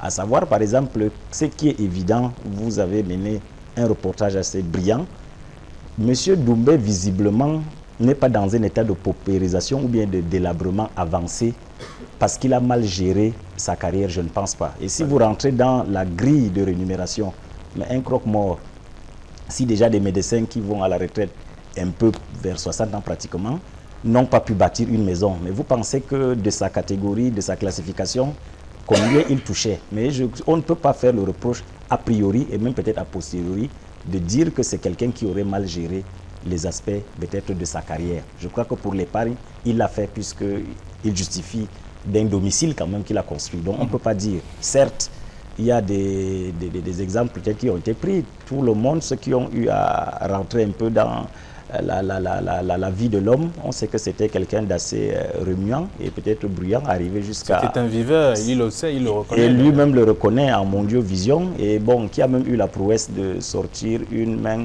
humaine dans un bar. Bon, ça, cette fois, je crois que c'est cliché, c'est là que je l'apprends. Dans l'émission Tête d'affiche de la CIA. Voilà, donc ça peut rentrer dans peut-être le zèle de l'exercice peut-être de la fonction. Ça peut être une intimidation, ça peut être une approche, peut-être une technique d'approche de cette dame. Donc, on peut le comprendre, mais je crois que visiblement, le problème de fond reste si M. Doumbé tend la main pour dire qu'il ne vit pas convenablement, surtout quelqu'un qui a exercé, bien connu de tout le monde. La leçon que nous tirons, c'est que comment vous pouvez servir l'État, un établissement public, vu, connu de tout le monde, avec un état de service connu, patent et évident, et que vous ne soyez pas pris en charge au niveau de votre pension retraite. Le problème est plus global. Ce n'est que, comme l'homologue l'a dit, ce n'est que l'arbre qui cache la forêt. Le problème de fond, le débat pouvait porter si tant était que M. Doumbé jouit de retombées des cotisations qu'il a faites pendant 27 ans, qu'il n'arrive pas à assumer les besoins de santé, il n'arrive pas à se nourrir, il n'arrive pas à prendre en charge peut-être sa progéniture, on aurait compris qu'il y avait peut-être une mauvaise planification ou bien une mauvaise gestion de la carrière. Mais pour l'instant, le problème de fond qui reste, c'est un problème de la gestion de nos épargnes relevant de la Caisse nationale et de prévoyance sociale. Alors, on a cité un certain nombre de faits d'armes, en tout cas entraînés ou enregistrés par Doumbé, comme peut-être bien d'autres aussi qui sont dans la même activité, pour dire que est-ce que tout cela peut, ou tout au moins associé, peut contribuer à ce qui lui arrive aujourd'hui? Naturellement, ça peut déteindre sur la vie de l'homme. Vous ne pouvez pas, parce que tout le monde ne peut pas avoir le tact, le talent et le doigté de fouetter un mort et que le mort se range. Ça veut dire que Doumbé justifie d'un certain charisme, ça peut relever peut-être d'un certain don, pour dire que l'exercice de cette fonction, je crois que nous tous, chacun peut se faire une opinion de ce que manipuler un mort. Il y a des gens qui ne sont pas à mesure, même votre propre fils peut-être mort de suite d'un accident où il est venu peut-être éventré, décapité et autres. Vous n'arrivez pas à soutenir ces images horribles. Voyez-vous quelqu'un qui pendant 27 ans, mais je crois qu'il a connu des hommes qui sont venus écerveler, qui sont venus esquinter, qui sont venus éventrer. Je crois que c'est des clichés assez tristes, assez funestes, assez mortifères, qui font que ça peut même par déformation jouer sur sa conscience. Mais je redis toujours que le monsieur que j'ai vu et que le professeur a eu le courage de remplacer sur le fauteuil n'est pas quelqu'un qui justifie. Moi encore, en tant que quelqu'un sur le chemin de voilà, la mort. donc ne justifie pas d'un malaise particulier. Je reste convaincu que c'est quelqu'un qui, si il était dans ses droits de pension et autres, pouvait vivre une vie ordinaire. Je connais des professeurs, je parle sous son contrôle, des éminents professeurs d'université qui vont à la retraite à 65 ans, avec une bonification possible de 4 ans du président, c'est-à-dire qui peut faire une carrière de 45 ans, mais qui, 2 ans, 3 ans après, mais sont méconnaissables. Donc je crois que le problème de fond de M. Doumbé, je loue encore son sens de l'épargne, parce que ce n'est pas tout le monde qui réside chez soi. Je loue encore cette force qu'il a, mais pour dire que l'AVC, tout le monde peut le faire. Donc j'insiste sur ce problème de fond que on ne peut pas encourager, on ne peut pas le dire à sa décharge pour dire que bon, il va falloir sortir une main posée ici, ou bien il faut aller s'amouracher avec peut-être une morte, ou aller mettre de l'eau qu'on doit boire dans le congélateur où il y a les morts, ainsi de suite et autres. C'est peut-être atypique, c'est terrifiant et horrifiant peut-être, mais je reste convaincu que c'est un homme qui Et c'est même plus loin que cela, parce qu'il faut reconnaître, il y a une enquête sociologique qui s'est déroulée dans ce pays, et je ne sais pas si M. Ndoumbe, il est vrai, je ne l'interpelle pas, il a été rapporté que quelque part dans ces milieux, les Ndoumbe, vraiment qui m'excuse d'appeler comme ça, aider les femmes qui font la braise tout autour des morgues à conserver leurs produits non consommés, bien sûr emballés, dans les chambres froides des morgues. Ça, c'était assez terrible. Et il confirme en y mettant lui-même son nom. Ça veut dire qu'en y gardant du poisson braisé non consommé, il ne trouvait aucune anomalie. On le ressortait, on le chauffait et on remet en circulation. Vous trouvez que devant ces situations, ce n'est pas très facile que ce soit soutenu par le commun des mortels comme nous. Doumbé a fouetté des cadavres. Beaucoup ont dit que quand les corps arrivaient, il les portait, il tapait au sol avec toute la violence et il disait que mais ils sont déjà morts, ils ne servent plus à rien. Et ça choquait parfois les parents, ainsi de suite. Ça, c'est autant de choses. Oui, nous sommes dans la même filiation, nous disons presque la même chose. Pour dire qu'en principe, il justifie d'un charisme et un don particulier. Nous disons ça, dire que c'est quelqu'un qui jouissait des forces que nous n'en avons pas. Nous disons pratiquement la même chose. Pour dire que ce n'est pas donné à tout le monde de faire ce que Doumbé faisait. Donc, c'est un travail qui demande du courage, de l'abnégation et beaucoup de compétences. Et surtout maintenant, donc, comme récompense, qu'à sa retraite, face à ses forces, à ce charisme, qu'il soit au moins récompensé et qu'il ait sa pension régulièrement pour vivre. Alors, professeur Barazak, est-ce qu'on devrait avoir peur d'un croque-mort? Monsieur Fabien, vous m'avez posé cette question parce que vous savez déjà, parlant de croque-mort, je vous ai dit que ça ne fait pas partie de nos contextes africains. Oui, puisqu'il existe maintenant. Et déjà, lui, Doumbé, nous avions compris qu'il a fouetté des morts.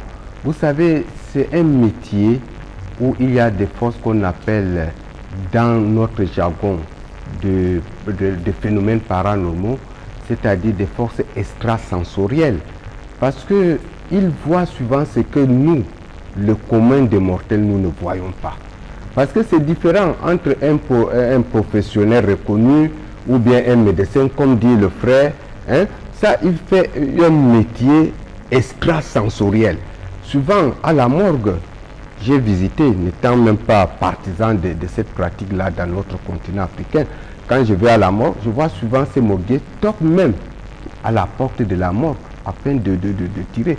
Donc c'est-à-dire quelque part, les morts là ne sont pas morts. Il peut avoir des répercussions.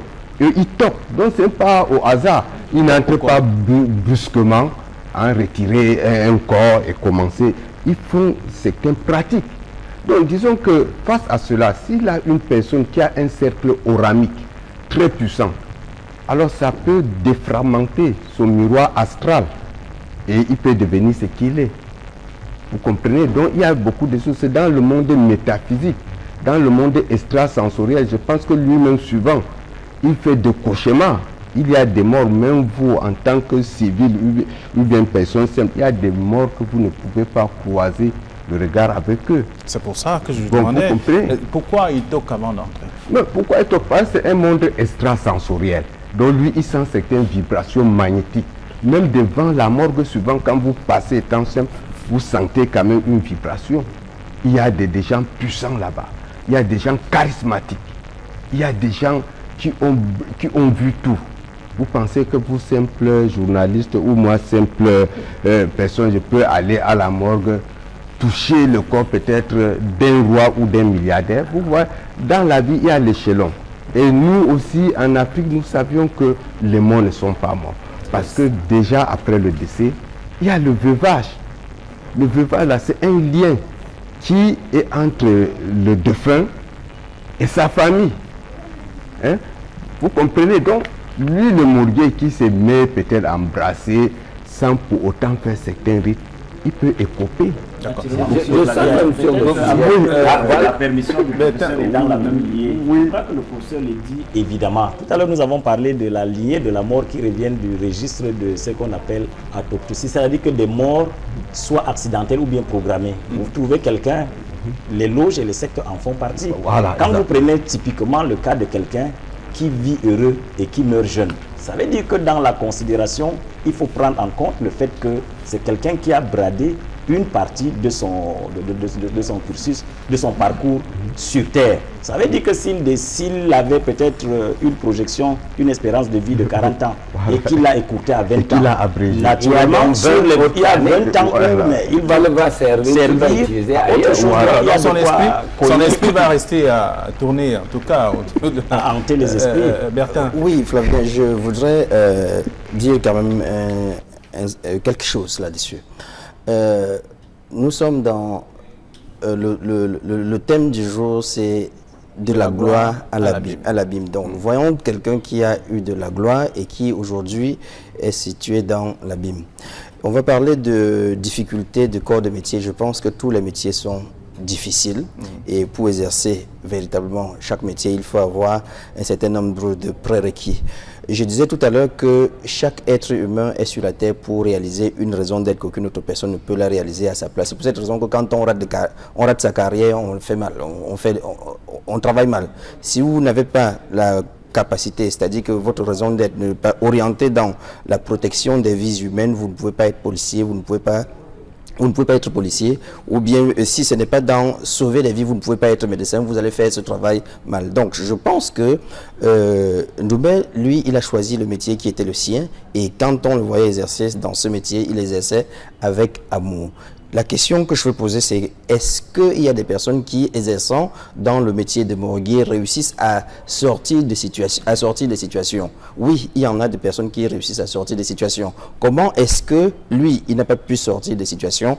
On peut accuser la maladie, on peut accuser un certain nombre de choses, mais moi, en tant que coach, je reviens encore sur la planification de vie. Ça peut être dans son plan B qu'il aurait pu développer. Un plan B, c'est quoi? C'est que s'il a un salaire de 100 000 francs et que dans 30 ans, il n'aura que le salaire de 100 000 francs, est-ce qu'il pense raisonnablement que sans avoir quelque chose d'à côté, l'épargne ou bien la CNPS pourra lui permettre de faire une vie raisonnable à sa retraite? C'est assez difficile de penser comme ça. Donc, c'est à l'être humain de pouvoir faire l'extension de sa réflexion pour dire, à partir de ce moment, qu'est-ce que je fais? Parce qu'il y a des personnes qui ont essayé, qui sont rentrés à la retraite, ils sont rentrés à la retraite à l'âge de 20 ans et ils doivent être entrés à 70 ans. Il y a des personnes qui ont capitulé, il y a des personnes qui se sont dit la vie, elle n'est pas faite pour nous, elle est trop difficile au Cameroun. Est-ce que dans ce contexte, je ne dis pas que la vie n'est pas difficile au Cameroun, est-ce que dans ce contexte de la vie difficile au Cameroun ou bien en Afrique ou bien n'importe où, est-ce qu'il y a les gens qui s'en sortent? Oui, il y a les gens qui s'en sortent. Ils s'en sortent donc comment? C'est donc de travailler pour comprendre pourquoi est-ce que certaines personnes réussissent là où d'autres n'ont que des résultats médiocres. Je pense que c'est ça qui est la question. Sinon, on va passer, vous voyez, on va faire des suppositions. Parce qu'on suppose que ça aurait pu être comme ceci. C'est telle chose qui fait en sorte qu'ils ne s'en sortent pas.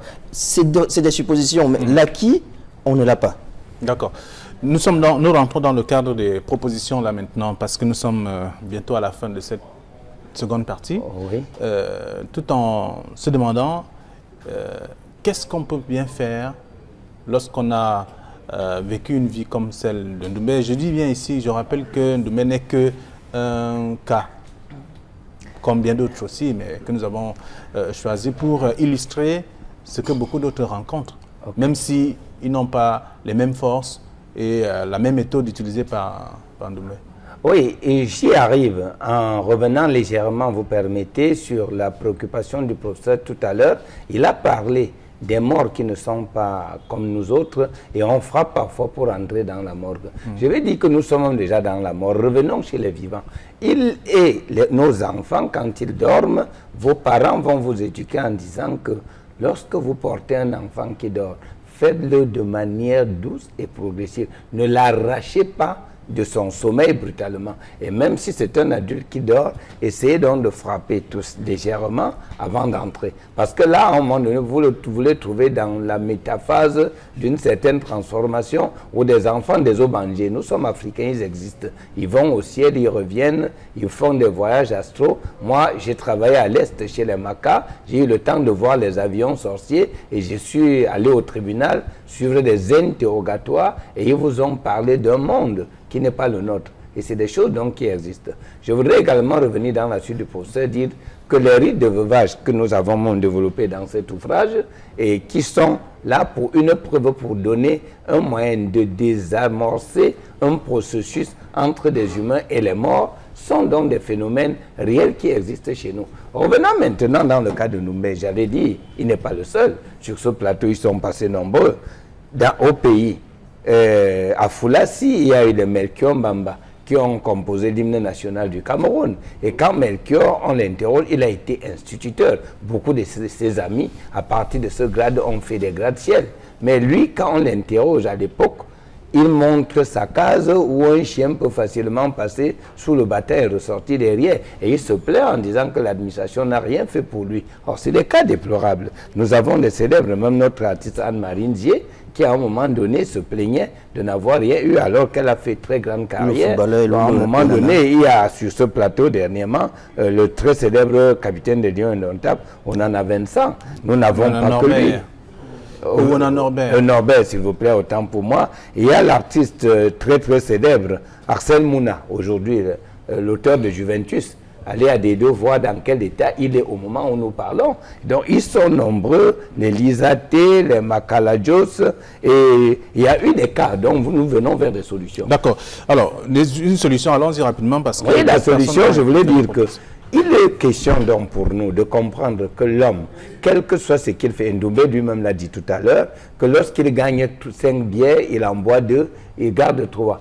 Chez nous, les Bamileke, le grenier est là comme substance de réserve des produits en excès. Donc, quand vous avez un grenier, travaillons en gardant un peu pour construire donc cet avenir. Lui-même, il a dit, il devrait avoir un terrain. Il a un terrain où il pouvait bien faire. Bon, maintenant, si les moyens ne sont pas suffisants, un conseil donc à tous nos enfants, c'est que le premier jour que vous commencez un travail est également le premier jour des épargnes pour préparer votre retraite plus tard. On ne doit pas attendre une manne du ciel, surtout dans un pays comme le nôtre où à un moment donné, ces forces ne sont pas forcément récompensées, où les caisses nationales de prévoyance sociale n'assument pas leur devoir. Merci beaucoup. Merci. Dr Ngadjifna, nous sortons de l'émission. Quelle est la proposition qu'on devrait avoir ou faire à notre ami? Donc, de mon point de vue, quelle que soit la corporation que nous embrassons, il faudra préparer sa retraite puisqu'il n'y a pas de travail qui n'est pas de fin, comme il n'y a pas de vie qui n'est pas de mort. Donc, c'est de travailler à une gestion prévisionnelle de nos rémunérations, c'est-à-dire en termes d'épargne, en termes d'investissement, pour gérer le soir de notre carrière, un peu comme l'artiste l'a dit. Quand il pleut chez toi aujourd'hui, il faut recueillir un peu d'eau pour que demain, tu puisses au moins t'en désaltérer. Donc ça, c'est classique pour toutes les professions. Mais si vous embrassez une profession et que vous menez une vie de débauche, où vous ne pensez pas au lendemain en termes d'épargne et d'investissement, il est évident que le soir soit un abîme. Donc il n'y a pas, de mon point de vue, une kyrielle de propositions pour la gestion d'une carrière. Très bien. Bertin Tinda, nous sortons de l'émission. Oui, je voudrais dire, Flavien, là, que j'ai dit déjà que le cas de la conséquence, c'est-à-dire que du résultat que nous avons comme Ndoumbe, comme toutes les autres personnes qui ont été citées à la retraite ou bien dans des situations difficiles, on ne peut que casser les larmes, on ne peut que couler les larmes. Maintenant, c'est un avertissement pour ceux qui sont plus jeunes. C'est-à-dire, comment est-ce que je fais pour ne plus arriver, pour ne pas arriver à cette situation? Parce que eux aussi, c'est-à-dire, ces personnes ont vécu la vie des jeunes aujourd'hui, qui était une meilleure vie, une meilleure des vies. On ne peut pas dire tout simplement que, je vais rapidement donner, je vais dire une technique pour la gestion du temps. Du temps. C'est-à-dire que, vous voyez, les médecins nous demandent de dormir de 22h à 6h du matin. Ça fait 8 heures. Quand vous faites le ratio, vous voyez qu'à 60 ans, vous aurez passé 20 ans de votre vie tout simplement à dormir. Donc, si vous avez vu la télé pendant 4 heures par jour, à 60 ans, vous aurez passé 10 ans à voir la télé. Si vous avez commencé à travailler à l'âge de 20 ans, ajoutez à tout cela, vous voyez que vous exercez seulement 10 ans pour construire la vie qui est la vôtre. Qu'est-ce qu'il faut donc faire? Est-ce qu'il ne faut pas dormir? Oui, il faut dormir. Mais maintenant, quand je travaille et que je veux une ascension dans mon travail, je dois pouvoir ajouter une valeur. Cette valeur ajoutée se trouve dans les livres que beaucoup aujourd'hui refusent de lire.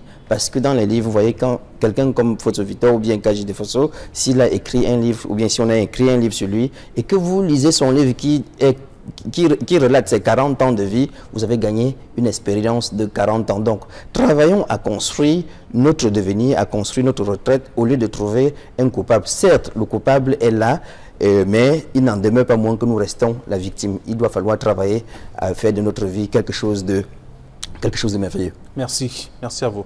Professeur Obaraza, merci, monsieur Flavien. Tout ce que je veux ici dire, c'est l'employeur. Parce que déjà, parlant du cas de monsieur Doumbé, nous savions déjà, lorsqu'une personne décède, le prix de la morgue, déjà, c'est vraiment, c'est plus que même le prix de l'hospitalisation. Souvent, il y a des parents qui abandonnent même le corps à la morgue. Et d'où va cet argent? Plus que même si vous pleurez, on ne vous remet plus le corps. Et finalement, il peut y avoir des catastrophes, des cataclysmes. Parce que souvent, quand un corps meurt en Afrique, le corps veut intégrer la terre. Comme lui Doumbé a démontré, il dit que la terre, c'est là, il dort à terre. C'est comme ça le corps. Toute personne qui meurt sur le tenté, il veut être enseveli et enterré. Et lorsqu'on retarde son corps, il peut avoir beaucoup de choses et des conséquences aussi sur le morguier. Donc nos employeurs, les ministres de la Santé surtout, qui s'occupent des morts. Donc il faudrait que vraiment les parents même qui sont pauvres, qu'on leur remette leur corps sans dire qu'on a scellé le corps, il faut payer des millions. Pourtant la famille est endeuillée, endettée. Très bien. Merci à vous, chers messieurs, d'être venus sur ce plateau partagé avec nos téléspectateurs. Et également, après le cas d'école que nous avons choisi, il s'agit bien entendu de la star Doumbé le morguier qui était là, qui, en tout cas, pour planter le décor de ce que vivent également d'autres morguiers et bien d'autres aussi, d'autres métiers qui sont ciblés par la fin de ces employés qui sont aujourd'hui à l'abîme, comme on l'a constaté dans cette émission. Je voudrais vous inviter à marquer l'avant-dernière pause, c'est-à-dire vivre également les cas sociaux qui sont très souvent enregistrés dans le cadre de cette émission. Et Paul Gervais est un jeune garçon qui souffre d'un cancer au niveau des narines. Il a besoin de votre concours pour être aidé et aussi à trouver la guérison et peut-être, pourquoi pas, retrouver le chemin de l'école parce qu'il a bien envie de retourner à l'école et peut-être travailler comme tous les autres aussi. Le cas est proposé ce soir et avec votre concours, sans doute, merci déjà à ceux qui contribuent, vous aurez davantage la possibilité de le faire.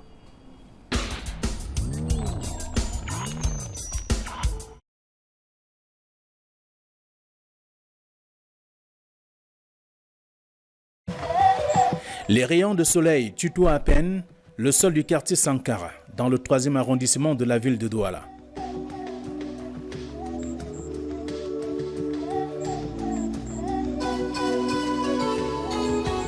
Maman Marguerite est debout.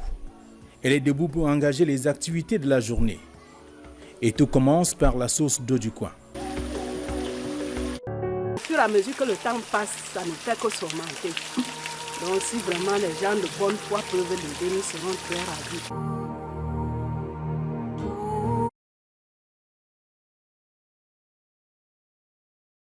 En effet, tout a commencé en novembre 2017, avec l'apparition au niveau de son cou de quelques ganglions.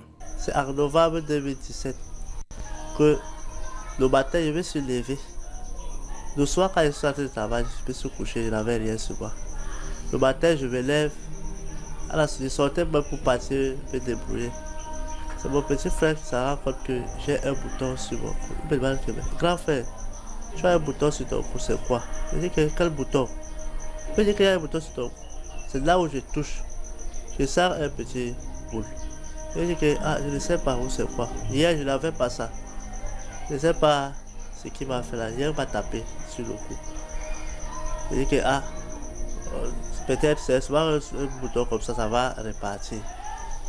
Au fur et à mesure le temps passé, c'est comme ça que ça ne faisait que augmenter. Ça ne faisait que augmenter. Comme ça ne faisait qu'augmenter comme ça, là, peut-être ça peut occasionner autre chose là. On a commencé à acheter partir à l'hôpital. Je suis parti à l'hôpital pour ma première fois. Je suis parti à l'hôpital. On a regardé, on a dit que c'est le ganglion. Les parents épuisés financièrement se sont retournés vers les tradipraticiens, espérant trouver la guérison de ce côté. Que non, Mais les parents m'ont bien dit, quand ils ont vu que les moyens étaient placés, on m'a appelé les moyens, on m'a bien dit, on va faire ce qu'on a fait là-bas. On va insister partout ici, là, on va laver, on va dire que bon, ça va aller. J'ai fait un mois, on m'avait fait un mois là-bas, on me lavait chaque jour, on me passait, comme ça, ça va passer, ça va passer. Hier, la charge appelle un mois là. On va dire, bon, comme ça n'a pas changé, c'est comme ça qu'on a cette loi-là. Ma voisine, la question que vous voyez là, à côté là, elle me dit que bon, Paul, elle m'a parlé ici, Paul, depuis que tu vois là, tu es trop pâle, tu perds même le poids. C'est comment? Alors, même, elle a commencé à me tirer, même alors on dit de prière, comme ça qu'elle m'a donné de prière. Parfois, elle me parlait, même si elle ne pouvait même pas me lever pour partir, même à on dit de prière. Et puis cela, ce n'est pas le changement. Les voisins, constatant son épuisement, lui proposent par la suite d'explorer le chemin de la vérité. C'est que, mais Paul, comment tu perds le poids comme ça là? Tu te formes, mais c'est pas bien, tu es très pâle. Alors même, il y a des séances de prière là-bas, on commence à faire. C'est comme ça que j'ai commencé à marcher. C'est pas dans les nuits de prière. Prier, c'est comme ça. Après, vu que Dieu va apporter la solution à mon problème. C'est comme ça que j'ai parti de prière et rentré. C'est comme ça. Parce que là, il n'est pas tout fait solution. Et voilà le cas de Paul Gervais qui souffre d'une tumeur. Et les médecins sont à pied d'œuvre pour chercher à savoir exactement qu'est-ce qui dérange ce jeune garçon qui a besoin de votre aide. Et surtout, merci à ceux qui ont commencé à contribuer. Il a besoin de soutien pour retrouver la vie normale. Irène Tébé, bonsoir. Bonsoir Flavien. Quelle est la situation de Paul Gervais? Triste et pathétique, comme on a pu voir le cas de Paul Gervais. Des contributions ont été effectuées. Les différentes aides financières sont les suivantes.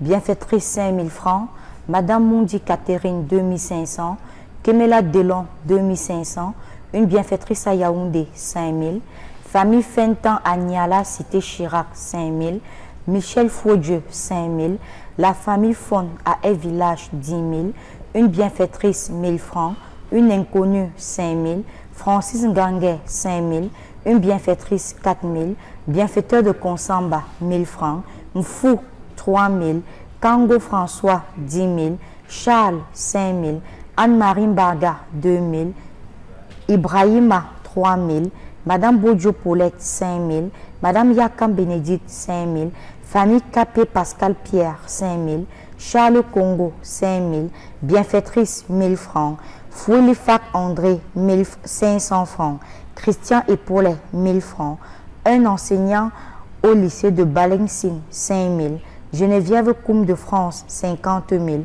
Anonyme 60 000, une bienfaitrice de Bonandomé 5 000, une famille 6 000 francs, Ngomarop Régine 2500, une bienfaitrice 10 000, Dame apostolique de Yaoundé 20 000 francs, donateur anonyme 100 000 francs, Serge Thierry de Yaoundé 50 000, Madame Lassie Louise 10 000 francs, bienfaitrice 2500, Maman Rachel de Bonabéry 10 000, Divine Gango 2500, famille Meyeke de PK 18 5 000 francs, une chrétienne 1000 francs, Mabo Hubien 2 000, Willy Jackson Chankou 10 000, une chrétienne 1000 francs, bienfaiteur de Bouddha 5 000, Arnaud 1500, Achirin J. Stanley 3 000, Honoré de Yaoundé 4 000, famille Meyeke de PK 18 à Douala 5 000, bienfaiteur 3 000, la famille Bouma 5 000,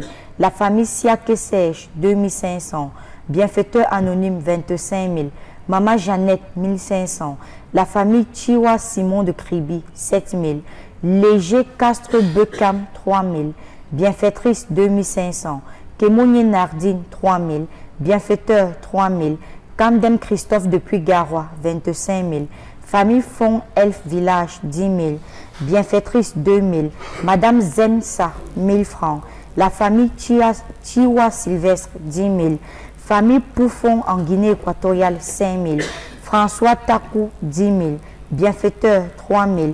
Madame Ombessa, 5 000. La famille Dibato de Limbe, 5 000. Célestine Mouchipo, 5 000. La Reine de l'Ouest, 10 000. Gérard Akendi, 2 000. Bienfaitrice, 20 000. Un chrétien, 2 000. Anse, 5 000. Une bienfaitrice, 5 000. Bienfaiteur de Bouddha, 2 000. Bienfaitrice, 5 000. Bienfaiteur, 1 000 francs. Tiamen Viviane, 3 000.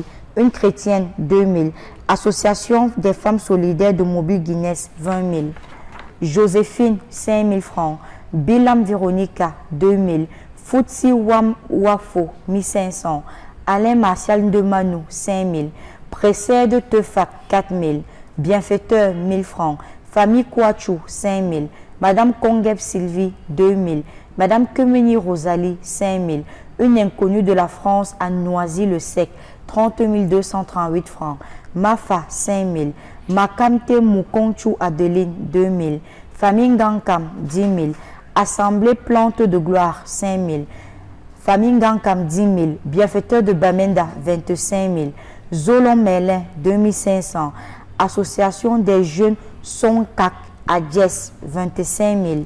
Jove Simo, 2 500. Ngena Janvier, 1 000 francs. Fosso Audrey, 5 000. Bienfaiteur de Bamenda, 25 000. Personne X, 2 500. Nous avons, pour les aides financières, un montant de 766 000 francs CFA pour le cas de Paul Gervais. Et ça, c'est... merci à ceux qui ont contribué et qui continueront donc à soutenir les différents cas sociaux que nous enregistrons chaque fois sur ces antennes de Equinox Télévision et surtout dans le cadre de Regard Social. Alors, il y a un autre cas.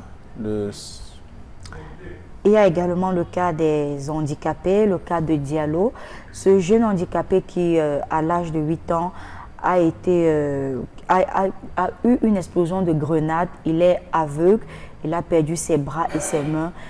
Et il y a également l'autre handicapé qui est soudeur. Ils ont besoin de votre soutien. Nous reviendrons la semaine prochaine avec les images pour mieux vous étayer sur le sujet. Très bien. Avec vous également, avec nous sur ce plateau, quelques invités, des associations qui contribuent également pour les différents cas enregistrés dans le cadre de Regard Social. Mekonchou Henri, bonsoir. Merci Paul-Éric, bonsoir. D'accord. Alors, bienvenue sur ce plateau. Vous êtes le président de l'association des jeunes dynamiques de Neubel. Vous avez apporté une contribution pour 3 différents cas enregistrés ici. Oui. Merci encore une fois de plus. Je suis le président de l'association des jeunes dynamiques, ancien élève du collège évangélique de Neubel, plus précisément les séries G2 et G3. Donc, tout d'abord, nous, en tant que jeunes et dynamiques, dans notre élan de dynamisme, nous avons voulu faire une action à l'endroit des personnes nécessiteuses. Et pour cette année, nous avons choisi Regard Social. Oui. Et lorsque nous sommes arrivés, au moment de faire notre don, on nous a fait part des différents cas qui avaient besoin d'aide. Et nous n'avons pas pu choisir un seul cas. Ça n'a pas été évident de se rendre compte qu'il y a tant de personnes qui ont besoin d'aide. Donc nous avons été obligés de... En fonction de vos moyens, choisir 3 cas. De choisir 3 cas de façon hasardeuse. Oui. Oui, je dirais, de façon hasardeuse. Et nous espérons vraiment que notre modeste contribution contribuera effectivement à solutionner les différents maux à travers ces enfants. Alors, vous avez une cagnotte de 75 000 francs CFA pour le cas de Armel, qui pèse carrément 195 kg, 25 000 francs pour elle, 25 000 francs pour Ange, qui souffre d'un cancer de l'œil, et 25 000 francs pour le petit Gabriel, son testicule. Merci déjà pour cette contribution. Alors, c'est moi qui vous remercie. Merci. Merci d'être venu. Et juste à côté de moi également, il y a Foucault Bertrand. Bonsoir. Bonsoir. Vous êtes conseiller du président de l'association Soutien Jeunes pour également soutenir les jeunes. Vous avez choisi Ange. Oui, c'est ça, Ange. Donc, nous sommes une jeune association et nous sommes créés depuis 2008. Et ça fait 10 ans aujourd'hui. Donc, nous sommes en train de marquer cet anniversaire par une série d'activités que nous menons depuis début du mois d'octobre et qui s'achèvera en mi-janvier, 19 janvier précisément. À la base, nous sommes une association de jeunes qui se soutient d'action sociale, mobilisation et accompagnement des jeunes. Nous sommes basés à Bépanda naturellement. Et on a estimé qu'au-delà d'accompagner pour un départ nos propres adhérents, on pouvait commencer à s'ouvrir sur d'autres cas naturellement. Dans les activités, généralement, cette fois, nous avons fait une visite dans un orphelinat de la place. Et cette fois également, on a dit, OK, on va aller à la regard sociale et s'appuyer sur un ou deux cas.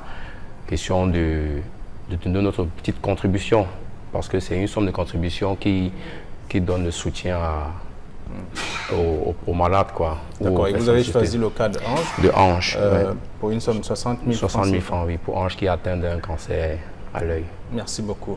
Vous passez le témoin. Merci également. Merci à vous et à vos membres également qui contribuent. À vous aussi. Merci d'être venus et à nos chers téléspectateurs qui continuent de contribuer, de soutenir les différents cas qui sont enregistrés dans le cadre de Regard Social. Nous allons dire merci à Irène également d'être venue. Merci également à vous, Flavien, et nous souhaitons, malgré les cas pathétiques que nous avons présentés, une très bonne fête de Noël à tous nos téléspectateurs et à tous nos chers bienfaiteurs de partout dans le monde entier. Merci. Merci à vous également. Merci également à toute l'équipe qui nous a accompagnés à la réalisation de ce programme. Eric Ouattat, Georges Mitterrand-Dam, Cédric Chouna, Dani Warenzede, qui est le réalisateur de cette émission, et puis Samuel Tchoufa, le chef opérateur de Regard Social. En même temps, merci à ce public qui est toujours là tous les jeudis soirs pour également nous accompagner aussi. Madame, Monsieur, merci d'avoir encore été des nôtres pour cette autre édition de Regard Social. Flavien Dongo, je signe.